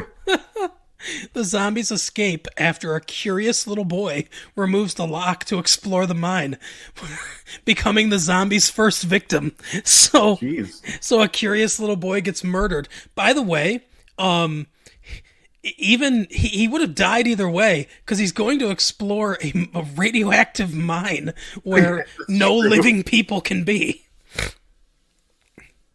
Around this point, we meet another one of the parties involved, a busload of blind orphans. What? Who are stranded just on the outskirts of town as their ride breaks down. Luckily, their bus driver always keeps an Uzi on the bus for, quote, sentimental reasons. What? Sentimental in what way? Like, with, that was the Uzi that his grandmother used, I guess. I guess. With vague memories of life to guide them, the zombies eventually find their way back to town and begin devouring live flesh. Going against the wishes of their leader, so they apparently the zombies have a leader. And despite some rough treatment from the locals earlier in the film, the Cycle Sluts, this is the Cycle Sluts, ride to the rescue and begin killing the zombies using chainsaws, baseball bats, wielding torches, a garrote, and a staple gun. In the final scene, the Cycle Sluts use fresh meat to lure the remaining zombies to the town church where they have packed with dynamite. Or which they have packed with dynamite. They are now aided by the doctor's dwarf, who has decided that there are better lines of work than being a henchman. Right. With all the undead inside and the church sealed up, the timer goes off and the church goes up in flames, zombies and all. The Cycle Sluts are rewarded with a sack full of cash and induct the dwarf and several of the blind orphans as honorary Cycle Sluts. What? They then ride out of town with some of the menfolk in tow, their new, quote, bitches, and throw the sack of money to the wind. Wow. Oh, that sounds like an epic film. When did it come out? This came out in 1989. I'm surprised you haven't already seen it. 86 minutes. Oh, my. Let's see. Billy Bob Thornton plays Donnie. I don't know if that's any kind of. It's a trauma movie. Oh, there's a shock. Okay, so it's supposed to be funny, I think. I guess. Oh, that is great. He was also in Going Overboard in 1989. With Adam Sandler? Yep. Don't know who he plays in that, but... Yeah, I don't know anyone who's seen that. You know, it's funny because I actually did see this once. Colin and I rented it. But, that's weird. Dan Povenmire is in it as Yellow Teeth. People who have children roughly my daughter's age will probably recognize Dan Povenmire as one of the creators of Phineas and Ferb. Okay, yeah, my kids watch that sometimes. But yeah, there like Milton Berle obviously was in it, but Billy Zane was in it, and Billy Bob Thornton as Dave. Okay. Do you remember him from the movie? No, like I saw it one. It was horrible. It looked like a home movie.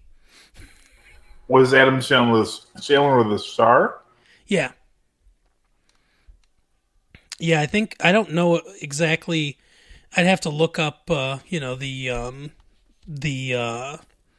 specifics of it. I don't know if he, like one of his friends did it or whatever. I don't know, but yeah, it was terrible. Yeah, until Sling Blade, Billy Bob Thornton was really underused. Apparently, and I know he wrote it and directed it. Basically, he kind of like Billy. That's one of the things I love about Billy Bob Thornton too, is he realized that he was just in crap. He couldn't get into anything, probably because he didn't look exactly like a Hollywood movie star or anything, and just decided to take control of his own career and say, okay, I'm just going to write and direct a film then.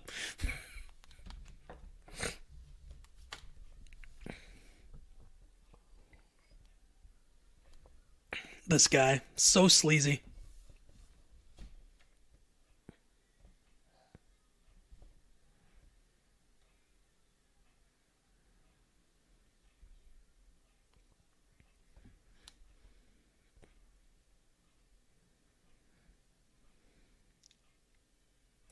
Don't want to show Alan Rickman flinching, huh?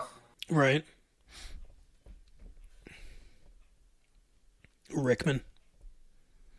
The one thing he couldn't do. Loud noises. No, I love Alan Rickman.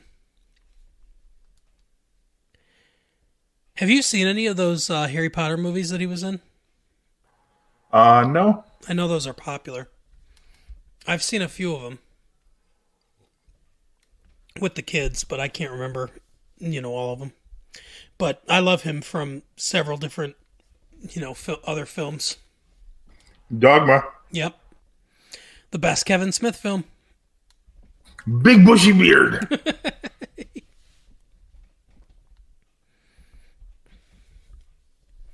A lot of bureaucracy in this movie. It's like a big bureaucracy was another big villain in 80s films. For sure.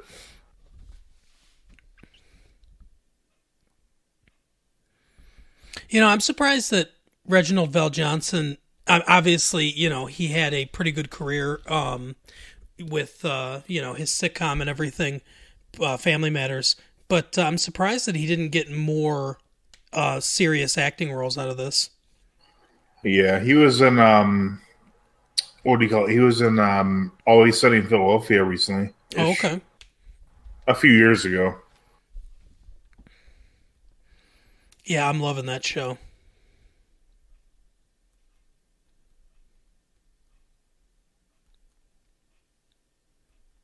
One thing I think I'm going to do now, probably not for the next podcast, but after the new year, one thing I want to do is I want to look up some terrible films like the one that I just read you. Because there's at least one that I can think of, director who just does terrible movies. Michael Bay. Well, yeah. There's a lot of them, but the guy I'm thinking George of, Lewis. the guy I'm thinking of in particular is German, I believe. Oh, Uwe Boll. Yep, Uwe Boll. That's right. Yeah, he has got some real terrible movies on his filmography. Yeah, his movies sound so bad I don't even want to see them. Like, there's no redeeming value. Mm-hmm. He's done, he's done a lot of video game. Like, he's done a lot of, like, really terrible video game adaptations. Yeah. But he got pissed because when that movie Rampage came out, he got angry because apparently he has a movie called Rampage. And he thinks that they stole the Rampage title from him. Even though it's clearly based on a video game that predates his movies. Yeah, he didn't realize. He thought he came up with a title. Yeah. But yeah, he had a big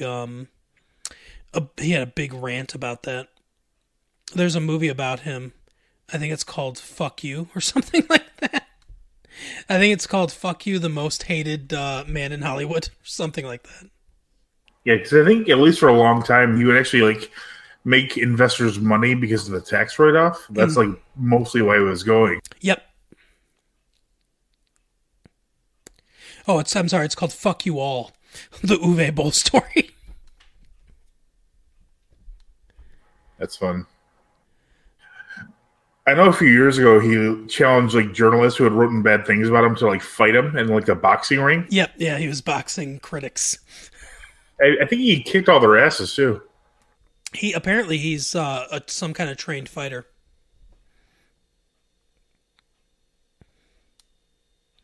Oh, poor guy. No more cocaine. That is sad.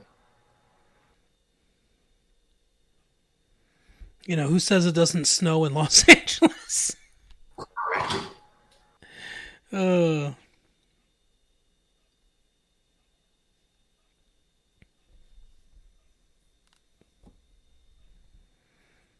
I'm just looking at Reginald VelJohnson's filmography. I don't know why he plays so many cops, but he plays a lot of cops. He does. In the 12 Dog Days Till Christmas in 2014, he was a probation officer. It Who's even stretching? it even says it in the character, just like it doesn't just say his name. It says probation officer Art Stevenson.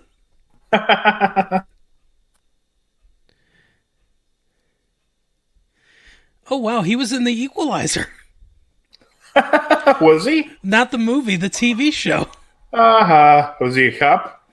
I'm assuming he played, let's see, he was in 3 episodes as different characters in every episode.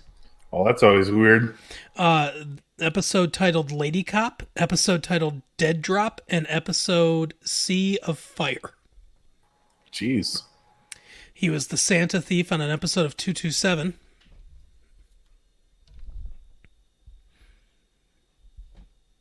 And then obviously Carl Winslow in Perfect Strangers and Family Matters. Right. That was weird in the early days of Family Matter or Strangers when they like worked out like a junk shop in their building. Mm-hmm. And they just both abruptly shifted careers. Like, yeah, we're at the newspaper now. Yep.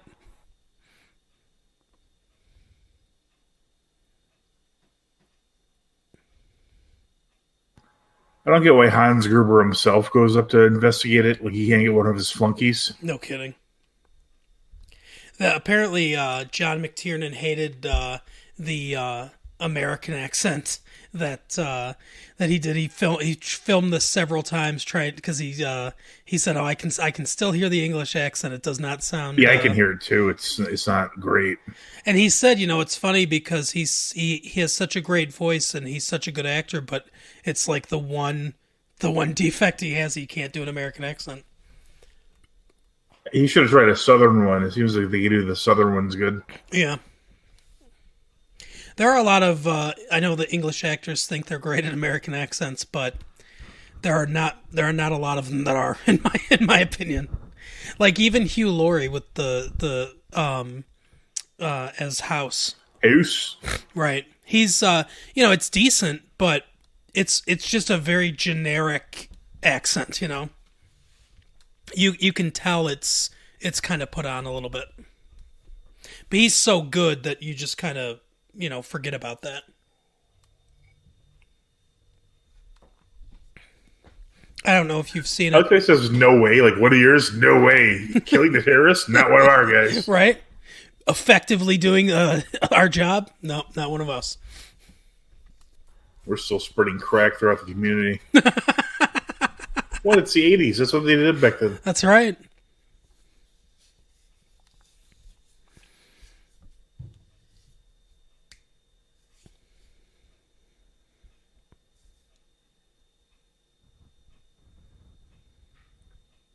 But they did this whole part was because they wanted to get them because this wasn't in the book. They wanted to get them in a room together before the climax of the film, which makes sense.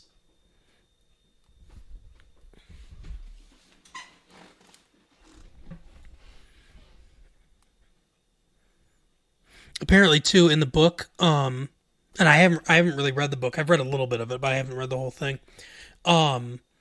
It's kind of left ambiguous because he's suffered a lot of injuries, and it's left ambiguous as to whether or not he will live, as the book closes. Who, Hans or No, the McClane character? McClane character, yeah. But then they did a sequel though, right? No,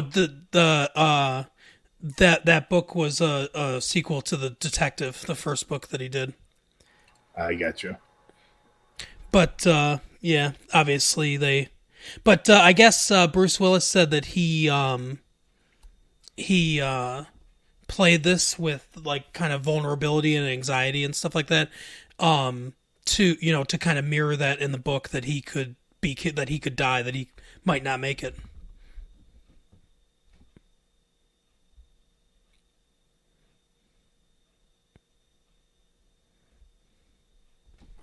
I like how Hans wastes so little time. Like he really wants these detonators, but he immediately is going to kill them. Like he couldn't wait like 10 minutes. Right.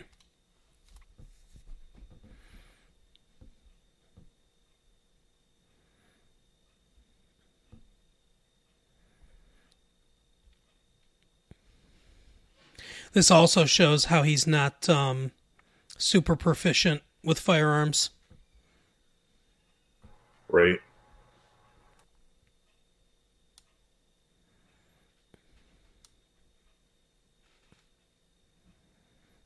And I like too how he doesn't like, he suspects all this stuff based on the evidence that he's collected and everything, but he doesn't just go off half cocked. He tests his hypothesis just in case he's wrong. Right.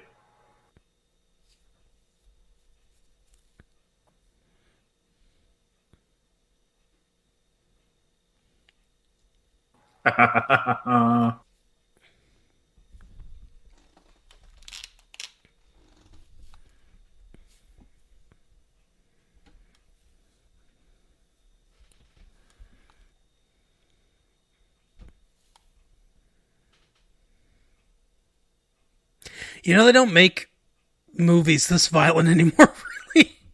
I mean, I guess they kind of do, but there was just something about like the gleeful violence of the 80s, you know what I mean? Right. With the the squibs and stuff, a lot of times they'll use CGI for the blood, and it just does not look the same as those squibs No, exploding. for sure.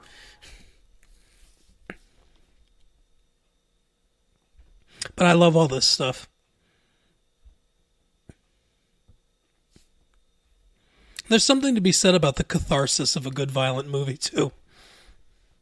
Right. Catharsis. What's that mean, Mark? It's like a release, Mike. Yeah, it was cathartic. For those of you who don't know, we're talking about American Movie, and if you haven't seen American Movie, which is a documentary about Mark Borchardt and Mike Schenk, you should see that. It's a very good movie. It's cathartic.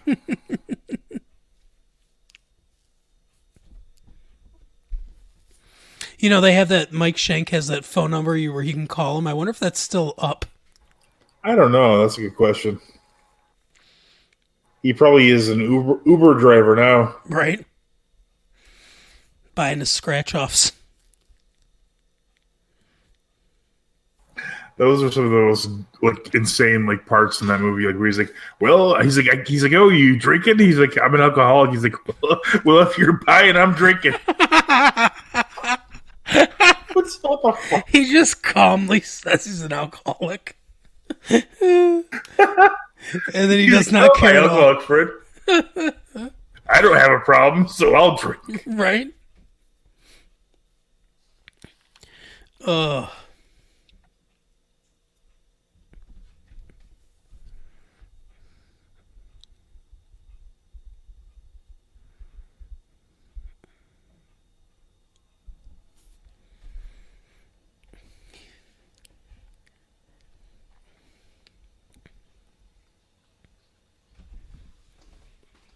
Throughout this movie, Bruce Willis has a pair of like skin-colored, I guess, prosthetics over his feet since he's barefoot for the entirety of the movie. I guess if you really look, there's a few shots where you can see like his real feet coming out of them. That's weird. But yeah, for safety reasons, they obviously, because not just the broken glass, but there are other parts of the oh god, there are other parts of the movie where he's running around barefoot and right, a bunch of stuff lying around. You know anything about electromagnetic seals on No, vaults? I don't. I do not. I feel like it probably doesn't make a lot of sense, but maybe it does. I don't know. I guess if it's magnetically locked, it would be harder to open. But couldn't you just I think bank vaults would have like you would think so. Because I would assume. But isn't that why they want the the FBI in there, because they know they'll cut the power? Oh yeah, I think that's right. Yep. Yeah, you're right. That's right. So I guess it makes sense in the the narrative of the movie.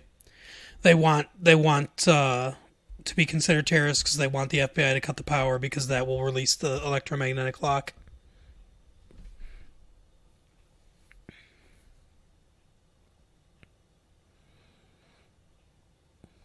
You know what? They should have brought up his feet at other points in this movie or in the movie series. He should have walked with a limp or something or mentioned that his feet hurt or something like that in one of the movies. Because those kind of lacerations are not going away. Right. You've done permanent damage to yourself there, John McClane. Yeah, probably.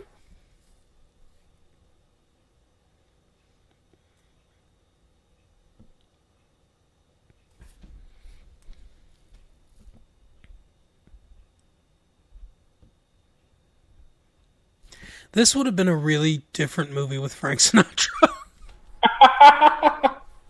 Come on, don't you guys have any razzmatazz? I'm just thinking about, some of the hostages were his daughter and his grandchildren were there too, and I'm just like thinking about an old man like skulking through this thing. I can't imagine it would have been very successful at all. They must have They must have been holding their breath when they made that call to Sinatra. Please say no. Please say no. The cop part could have been played by Sammy Davis Jr. Right?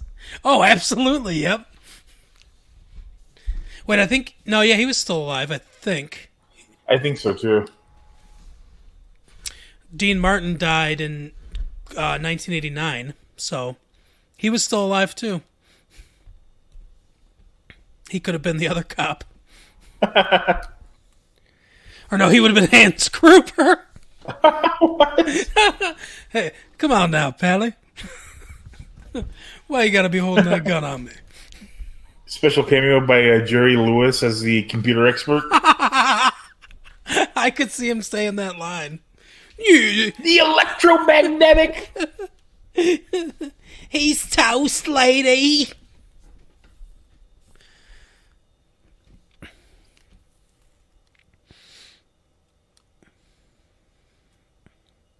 Well, that's the guy from The Burbs.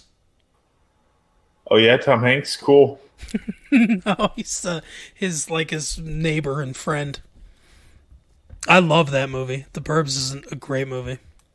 That's a Joe Dante film who also did Gremlins. And The Twilight Zone, or one of them. Mm-hmm. Yeah, another controversial Christmas movie, Gremlins. Yep.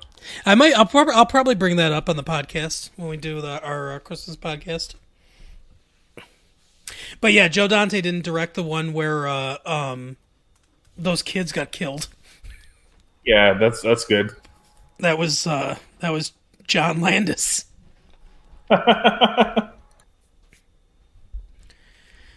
Is this Ode to Joy, I think? Mm-hmm.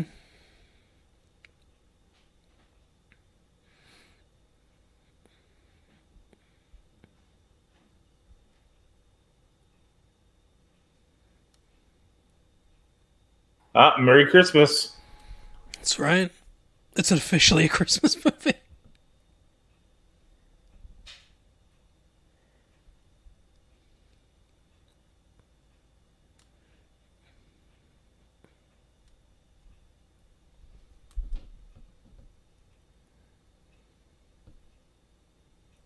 Like when people who are like crooks in movies open something and they're like Yahtzee. Right. Just one time when one of them does that, I want the boss to be like, hey, come on, act like you've been here before. Show some professionalism.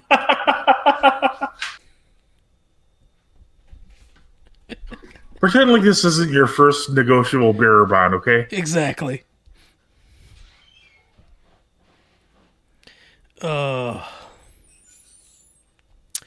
Yeah, that Twilight Zone thing. That was on Faces of Death, too. For people that don't know, Faces of Death was a popular series of DVDs that showed real-life deaths. For the folks at home, Right. Tell the folks at home who Vic Morrow was. oh no, was Yeah. Yeah, no, Vic Morrow was in a TV show my dad loves called Combat. And in a lot of, movies and stuff. He was a fairly poppy. He was also in the Bad News Bears, actually, the original Bad News Bears. oh yeah, he wasn't in the sequel I don't. or the remake. No, I don't think he was in the. Well, no, he wasn't in the remake because he died in 1982. In the Wow, that was 1982. I didn't know it was that early. yeah, in the Twilight Zone movie, he played some kind of racist, and he was the scene was like a flashback to Vietnam, and explosions were going off, and they had real helicopters there, and something went wrong, and one of the helicopters broke from its crane and decapitated both Vic Morrow and the two children that he was carrying at the time. So really, in a lot of ways, it was the perfect Twilight Zone ending. I guess it was a hell of a twist. You thought he was eating his comeuppance? Nope, he's dead. Oh God! But his daughter is Jennifer Jason Leigh. Really? Yep. That's odd. She was so traumatized, she decided to be fully nude in the Fast Times at Ridgemont High. Apparently. Yeah, that came out in the same year. That came out in 1982. Dude. It did.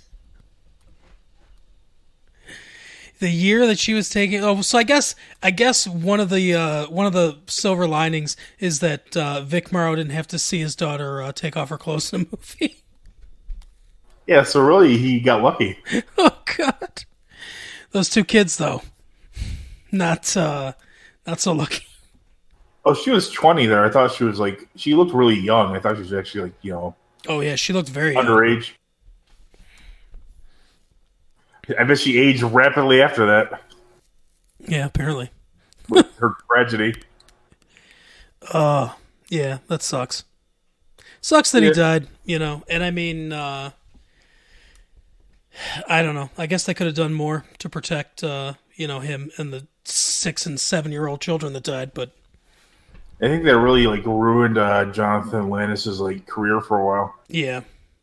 Well, something like that would definitely stick with you. Are you guys laughing yet? as we talk about the horrific deaths of 3 people. 2 who are young children, we need to reiterate. Yeah, that's right. 6 and 7 years old. Asian children. So But you know what? They didn't have to see their coworker's daughter nude in a movie. That's true. Oh God. Oh. Anyway, so back to the film. A lot of steam. No, we're coming to the climax of the film. One of the flashier moments. I don't think he did his own pull-up because they cut away. You gotta love the bombs that have beeping and flashing lights. Mm-hmm. Yeah, because that's one of the best attributes of a bomb is that it draws attention to itself. Right.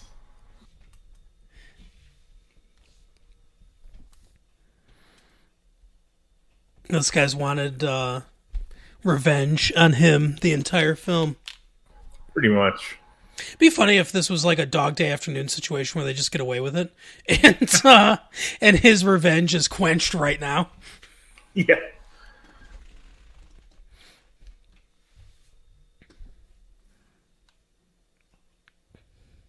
I'm mad at you. I'm going to make sure I engage in a fist fight with you. Yep.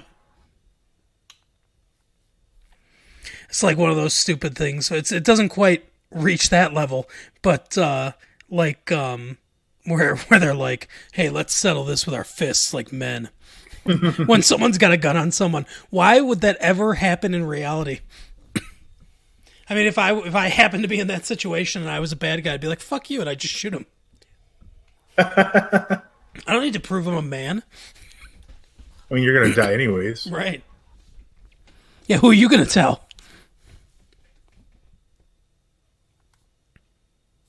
That's not sleazy at all. Yep. Where they interview their young children. Yeah, lots of I forgot to look at the one photo that was down the whole time. lots of villains in this movie. Right. Everyone doing things for selfish and stupid reasons, except for John McClane and Reginald Val Johnson. Naturally. I don't think Reginald Val Johnson could play a villain if he wanted to. Yeah, I don't know. He looks like such a nice guy. I mean, really put up with Urkel for all those years. He's got to be somewhat tolerant. Mm-hmm. Did Can you imagine, like, on the set, like, Jaleel White was, like, a lot different? Yeah, probably. Probably thought he was, like, a badass, and, like, Reginald Val Johnson's like, okay, there. Right. Did you ever? I think you showed me this, but I'm not sure. I think it was a College Humor or a Funny or Die sketch or something like that, where the producers talk to Reginald Val Johnson as or like he goes in to talk to them about Urkel, becoming too much a part of the show. No, I didn't see that. That sounds hilarious, though. It is pretty funny, and like Urkel comes in and is basically a villain. Pretty much, yeah. But I don't know. I don't even know how that works. He was so popular that he just came back like immediately. Like, how did they do that when they were like? Yeah, I don't know. I guess they have like kind of real time updates on stuff. I don't know. Who knows how the television industry works? I mean, we're in an entertainment podcast. We should probably know, but.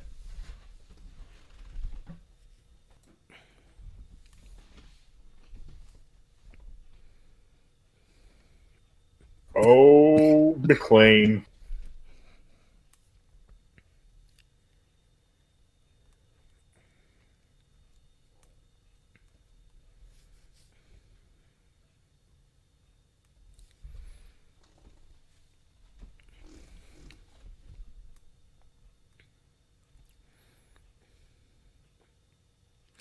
Now, I don't know exactly how bearer bonds work, so I don't know how much money each one of those represents. I believe they're stealing $640 million. Yeah, they're usually in really large increments, but you basically just have to sign them, and you could be, given the money from. They're in the movie Heat as well. That's like what they steal at the beginning. Yeah.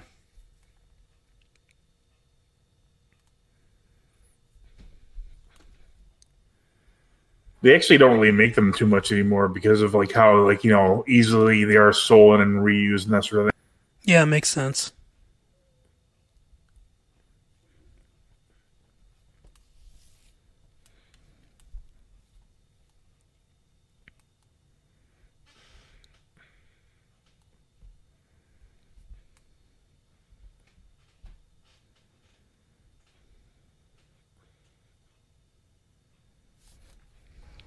They're just flying so low. Yeah, it seems very dangerous.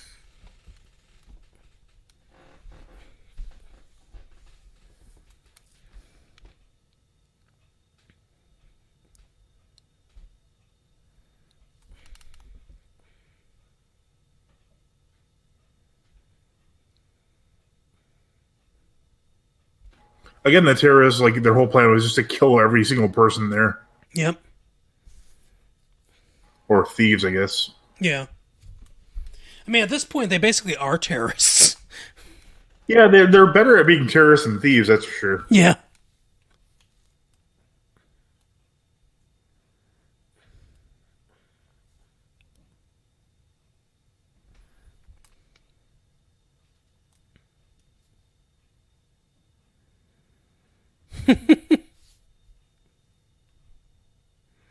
That you can tell as they get closer to the door that CGI does not hold up. Right.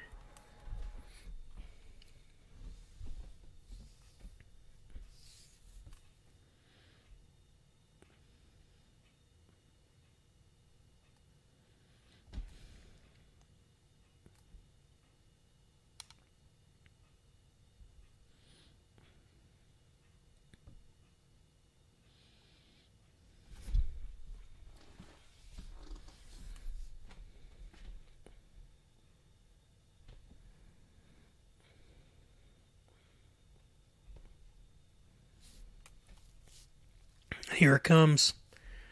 One of the besides him, yeah, the basically pretty. I think I would say that the most iconic shot of the movie. Yeah, one for sure. In fact, I think it was on the top on the covers of like the DVDs and VHSs and stuff. Mm-hmm. Originally on the poster, Bruce Willis wasn't really featured at all. Like it was just the tower. It's funny. And then as it became more popular and everything, and he became more popular, they photoshopped like his face on the side there.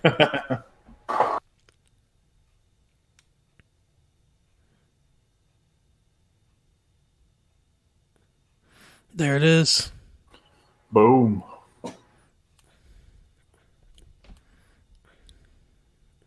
And that is a hell of a shot.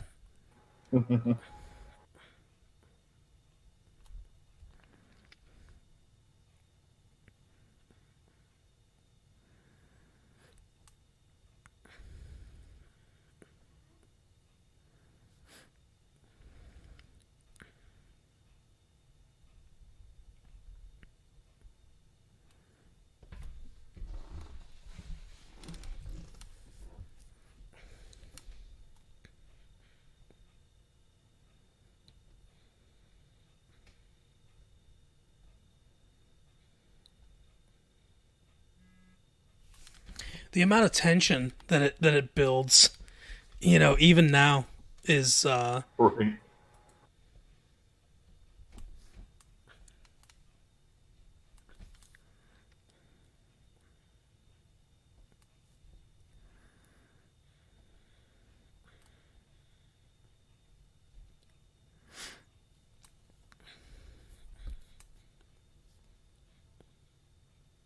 Hope Jennifer Jason Leigh didn't watch this one. oh god. you know, it's hard to criticize Hans Gruber because he got a lot farther than I think most people would. But Yeah. but it's not the perfect plan. Not when the building is exploding around you and you're not out yet.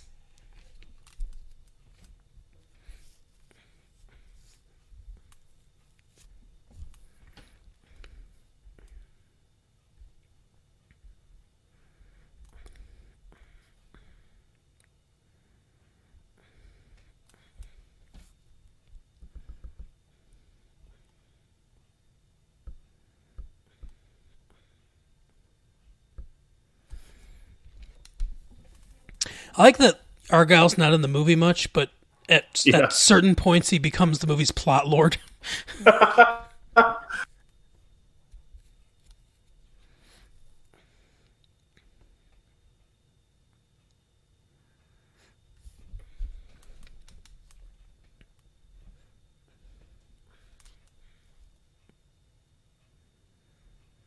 And of course, later Bonnie Bedelia will be in the TV show Parenthood, based on the movie Parenthood. Really? Yep. Yeah, she played the grandmother. Wasn't Dax Shepard in that? Yep. I used to like that show a lot. I don't know who the main actors were though. Well, like the one. Unless it's Bonnie Bedelia and Dax Shepard. Well, Bonnie Bedelia played the grandmother, and then Craig T. Nelson played the grandfather. I remember. That's right. He was in there. And then the kids were Dax Shepard, Peter Krause, who was in 6 Feet Under. Yeah, yeah.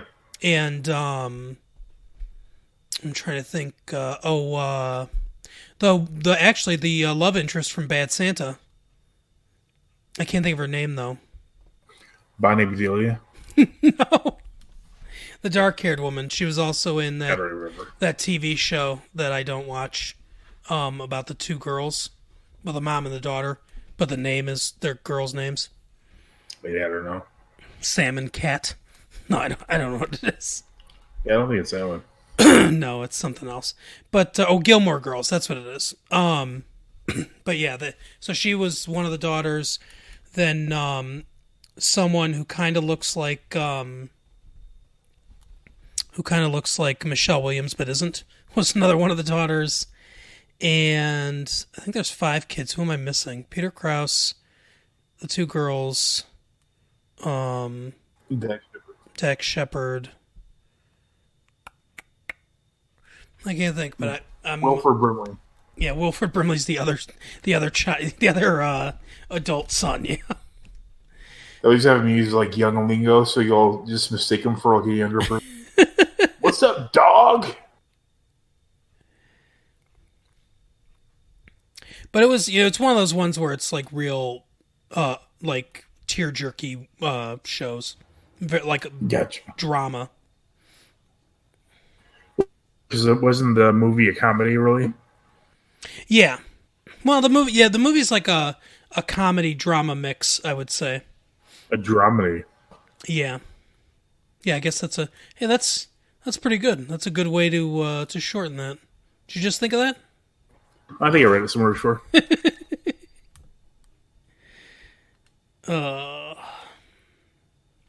Here.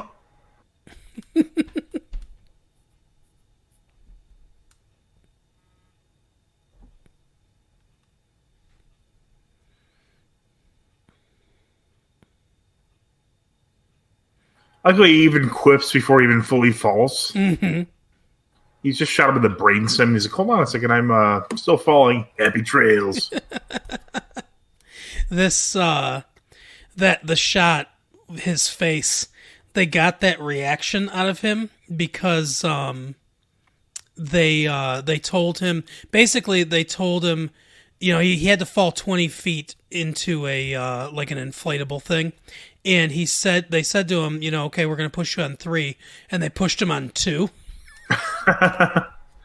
So they got He was really afraid of heights. Yeah, so they could get a genuine reaction out of him. Well, I guess maybe it was only 4. Eric Christensen, Dax Shepard, Peter Krause, Lauren Graham, and then their spouses. Oh, did you see Erica Christensen? Yeah. Okay, I know. That's the guy who played Darth Vader's sister. No. Is she really? Yeah, Hayden Christensen, that's his sister. Really? I didn't know that. This is in the movie Swim Fan. I don't know of her being in anything else, but that is his sister. Okay, that's cool. Yeah, I didn't realize that they were brother and sister. But yeah, she was in it. Good looking actress.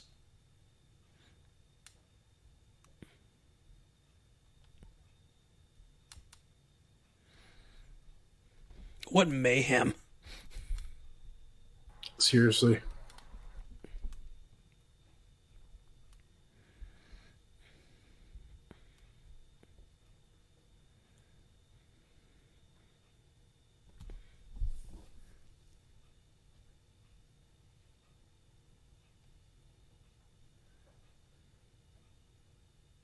This is a pretty funny part where the news reporter shows up. Mm-hmm.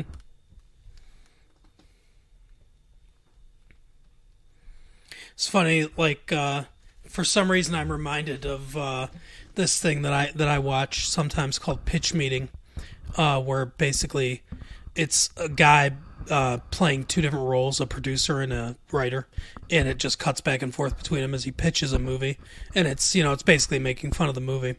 But I was seeing all this and I was thinking like how eerily this kind of looks like 9/11 with all the paper flying and stuff like that and everything, yeah. And how it plays so differently now.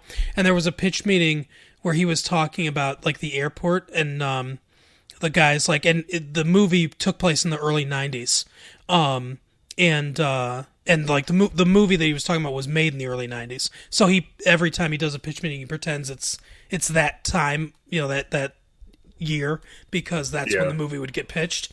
And he's like, can someone really get through the airport that fast? And he goes, oh yeah, airport security is not that big of a deal right now. It's the early 90s.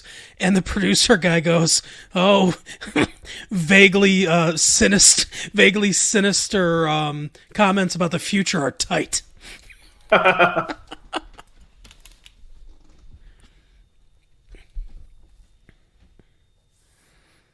This guy just won't go down.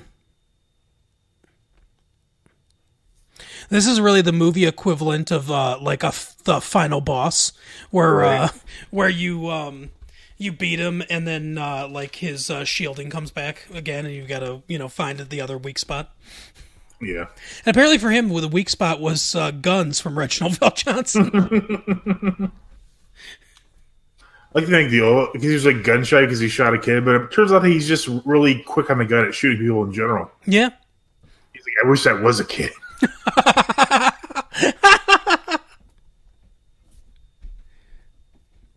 Oh, here's Argyle. Don't shoot Argyle. Right.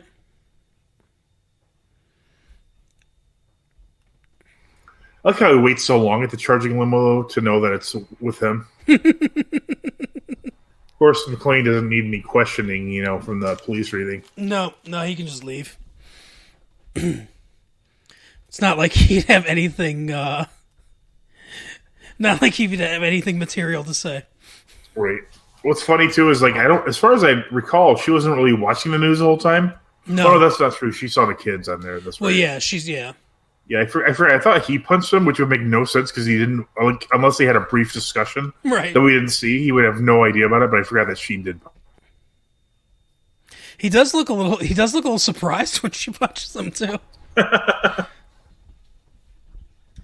There's nothing that saves a marriage more than your entire family being in danger and almost dying.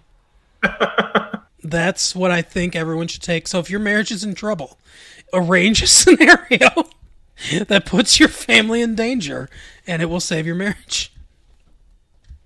I'm gonna disagree with that one. Yeah, don't take that advice.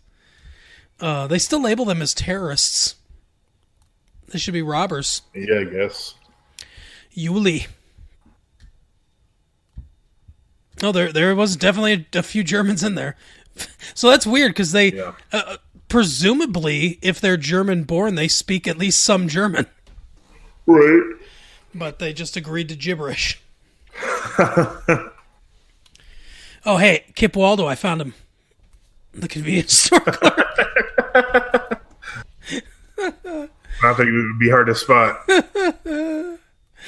Oh, well, that is our commentary of Die Hard. I like this movie a lot. I think it's definitely a good movie to watch around the holidays or anytime, really. But it certainly changed the, well, at least temporarily, changed the action movie genre. We we get a lot more of the indestructible people now, though. Yes, for sure. But thanks for watching, everybody. Join us every Thursday for our podcast, Massive Late Fee. Find us on Facebook, Massive Late Fee, on Twitter at Massive Late Fee. Contribute to our Patreon, patreon.massivelatefee.com. Obviously, if you're listening to this, you're on Bandcamp, so I don't need to direct you there. If you have any questions for us, anything you want to hear on the show or anything like that, you can write to us, massivelatefee@gmail.com, or send us a tweet with the hashtag MassiveLateFee, because I'll search the tweets and find some questions there too. But yeah, thank you very much, and we will see you later. Bye. Later.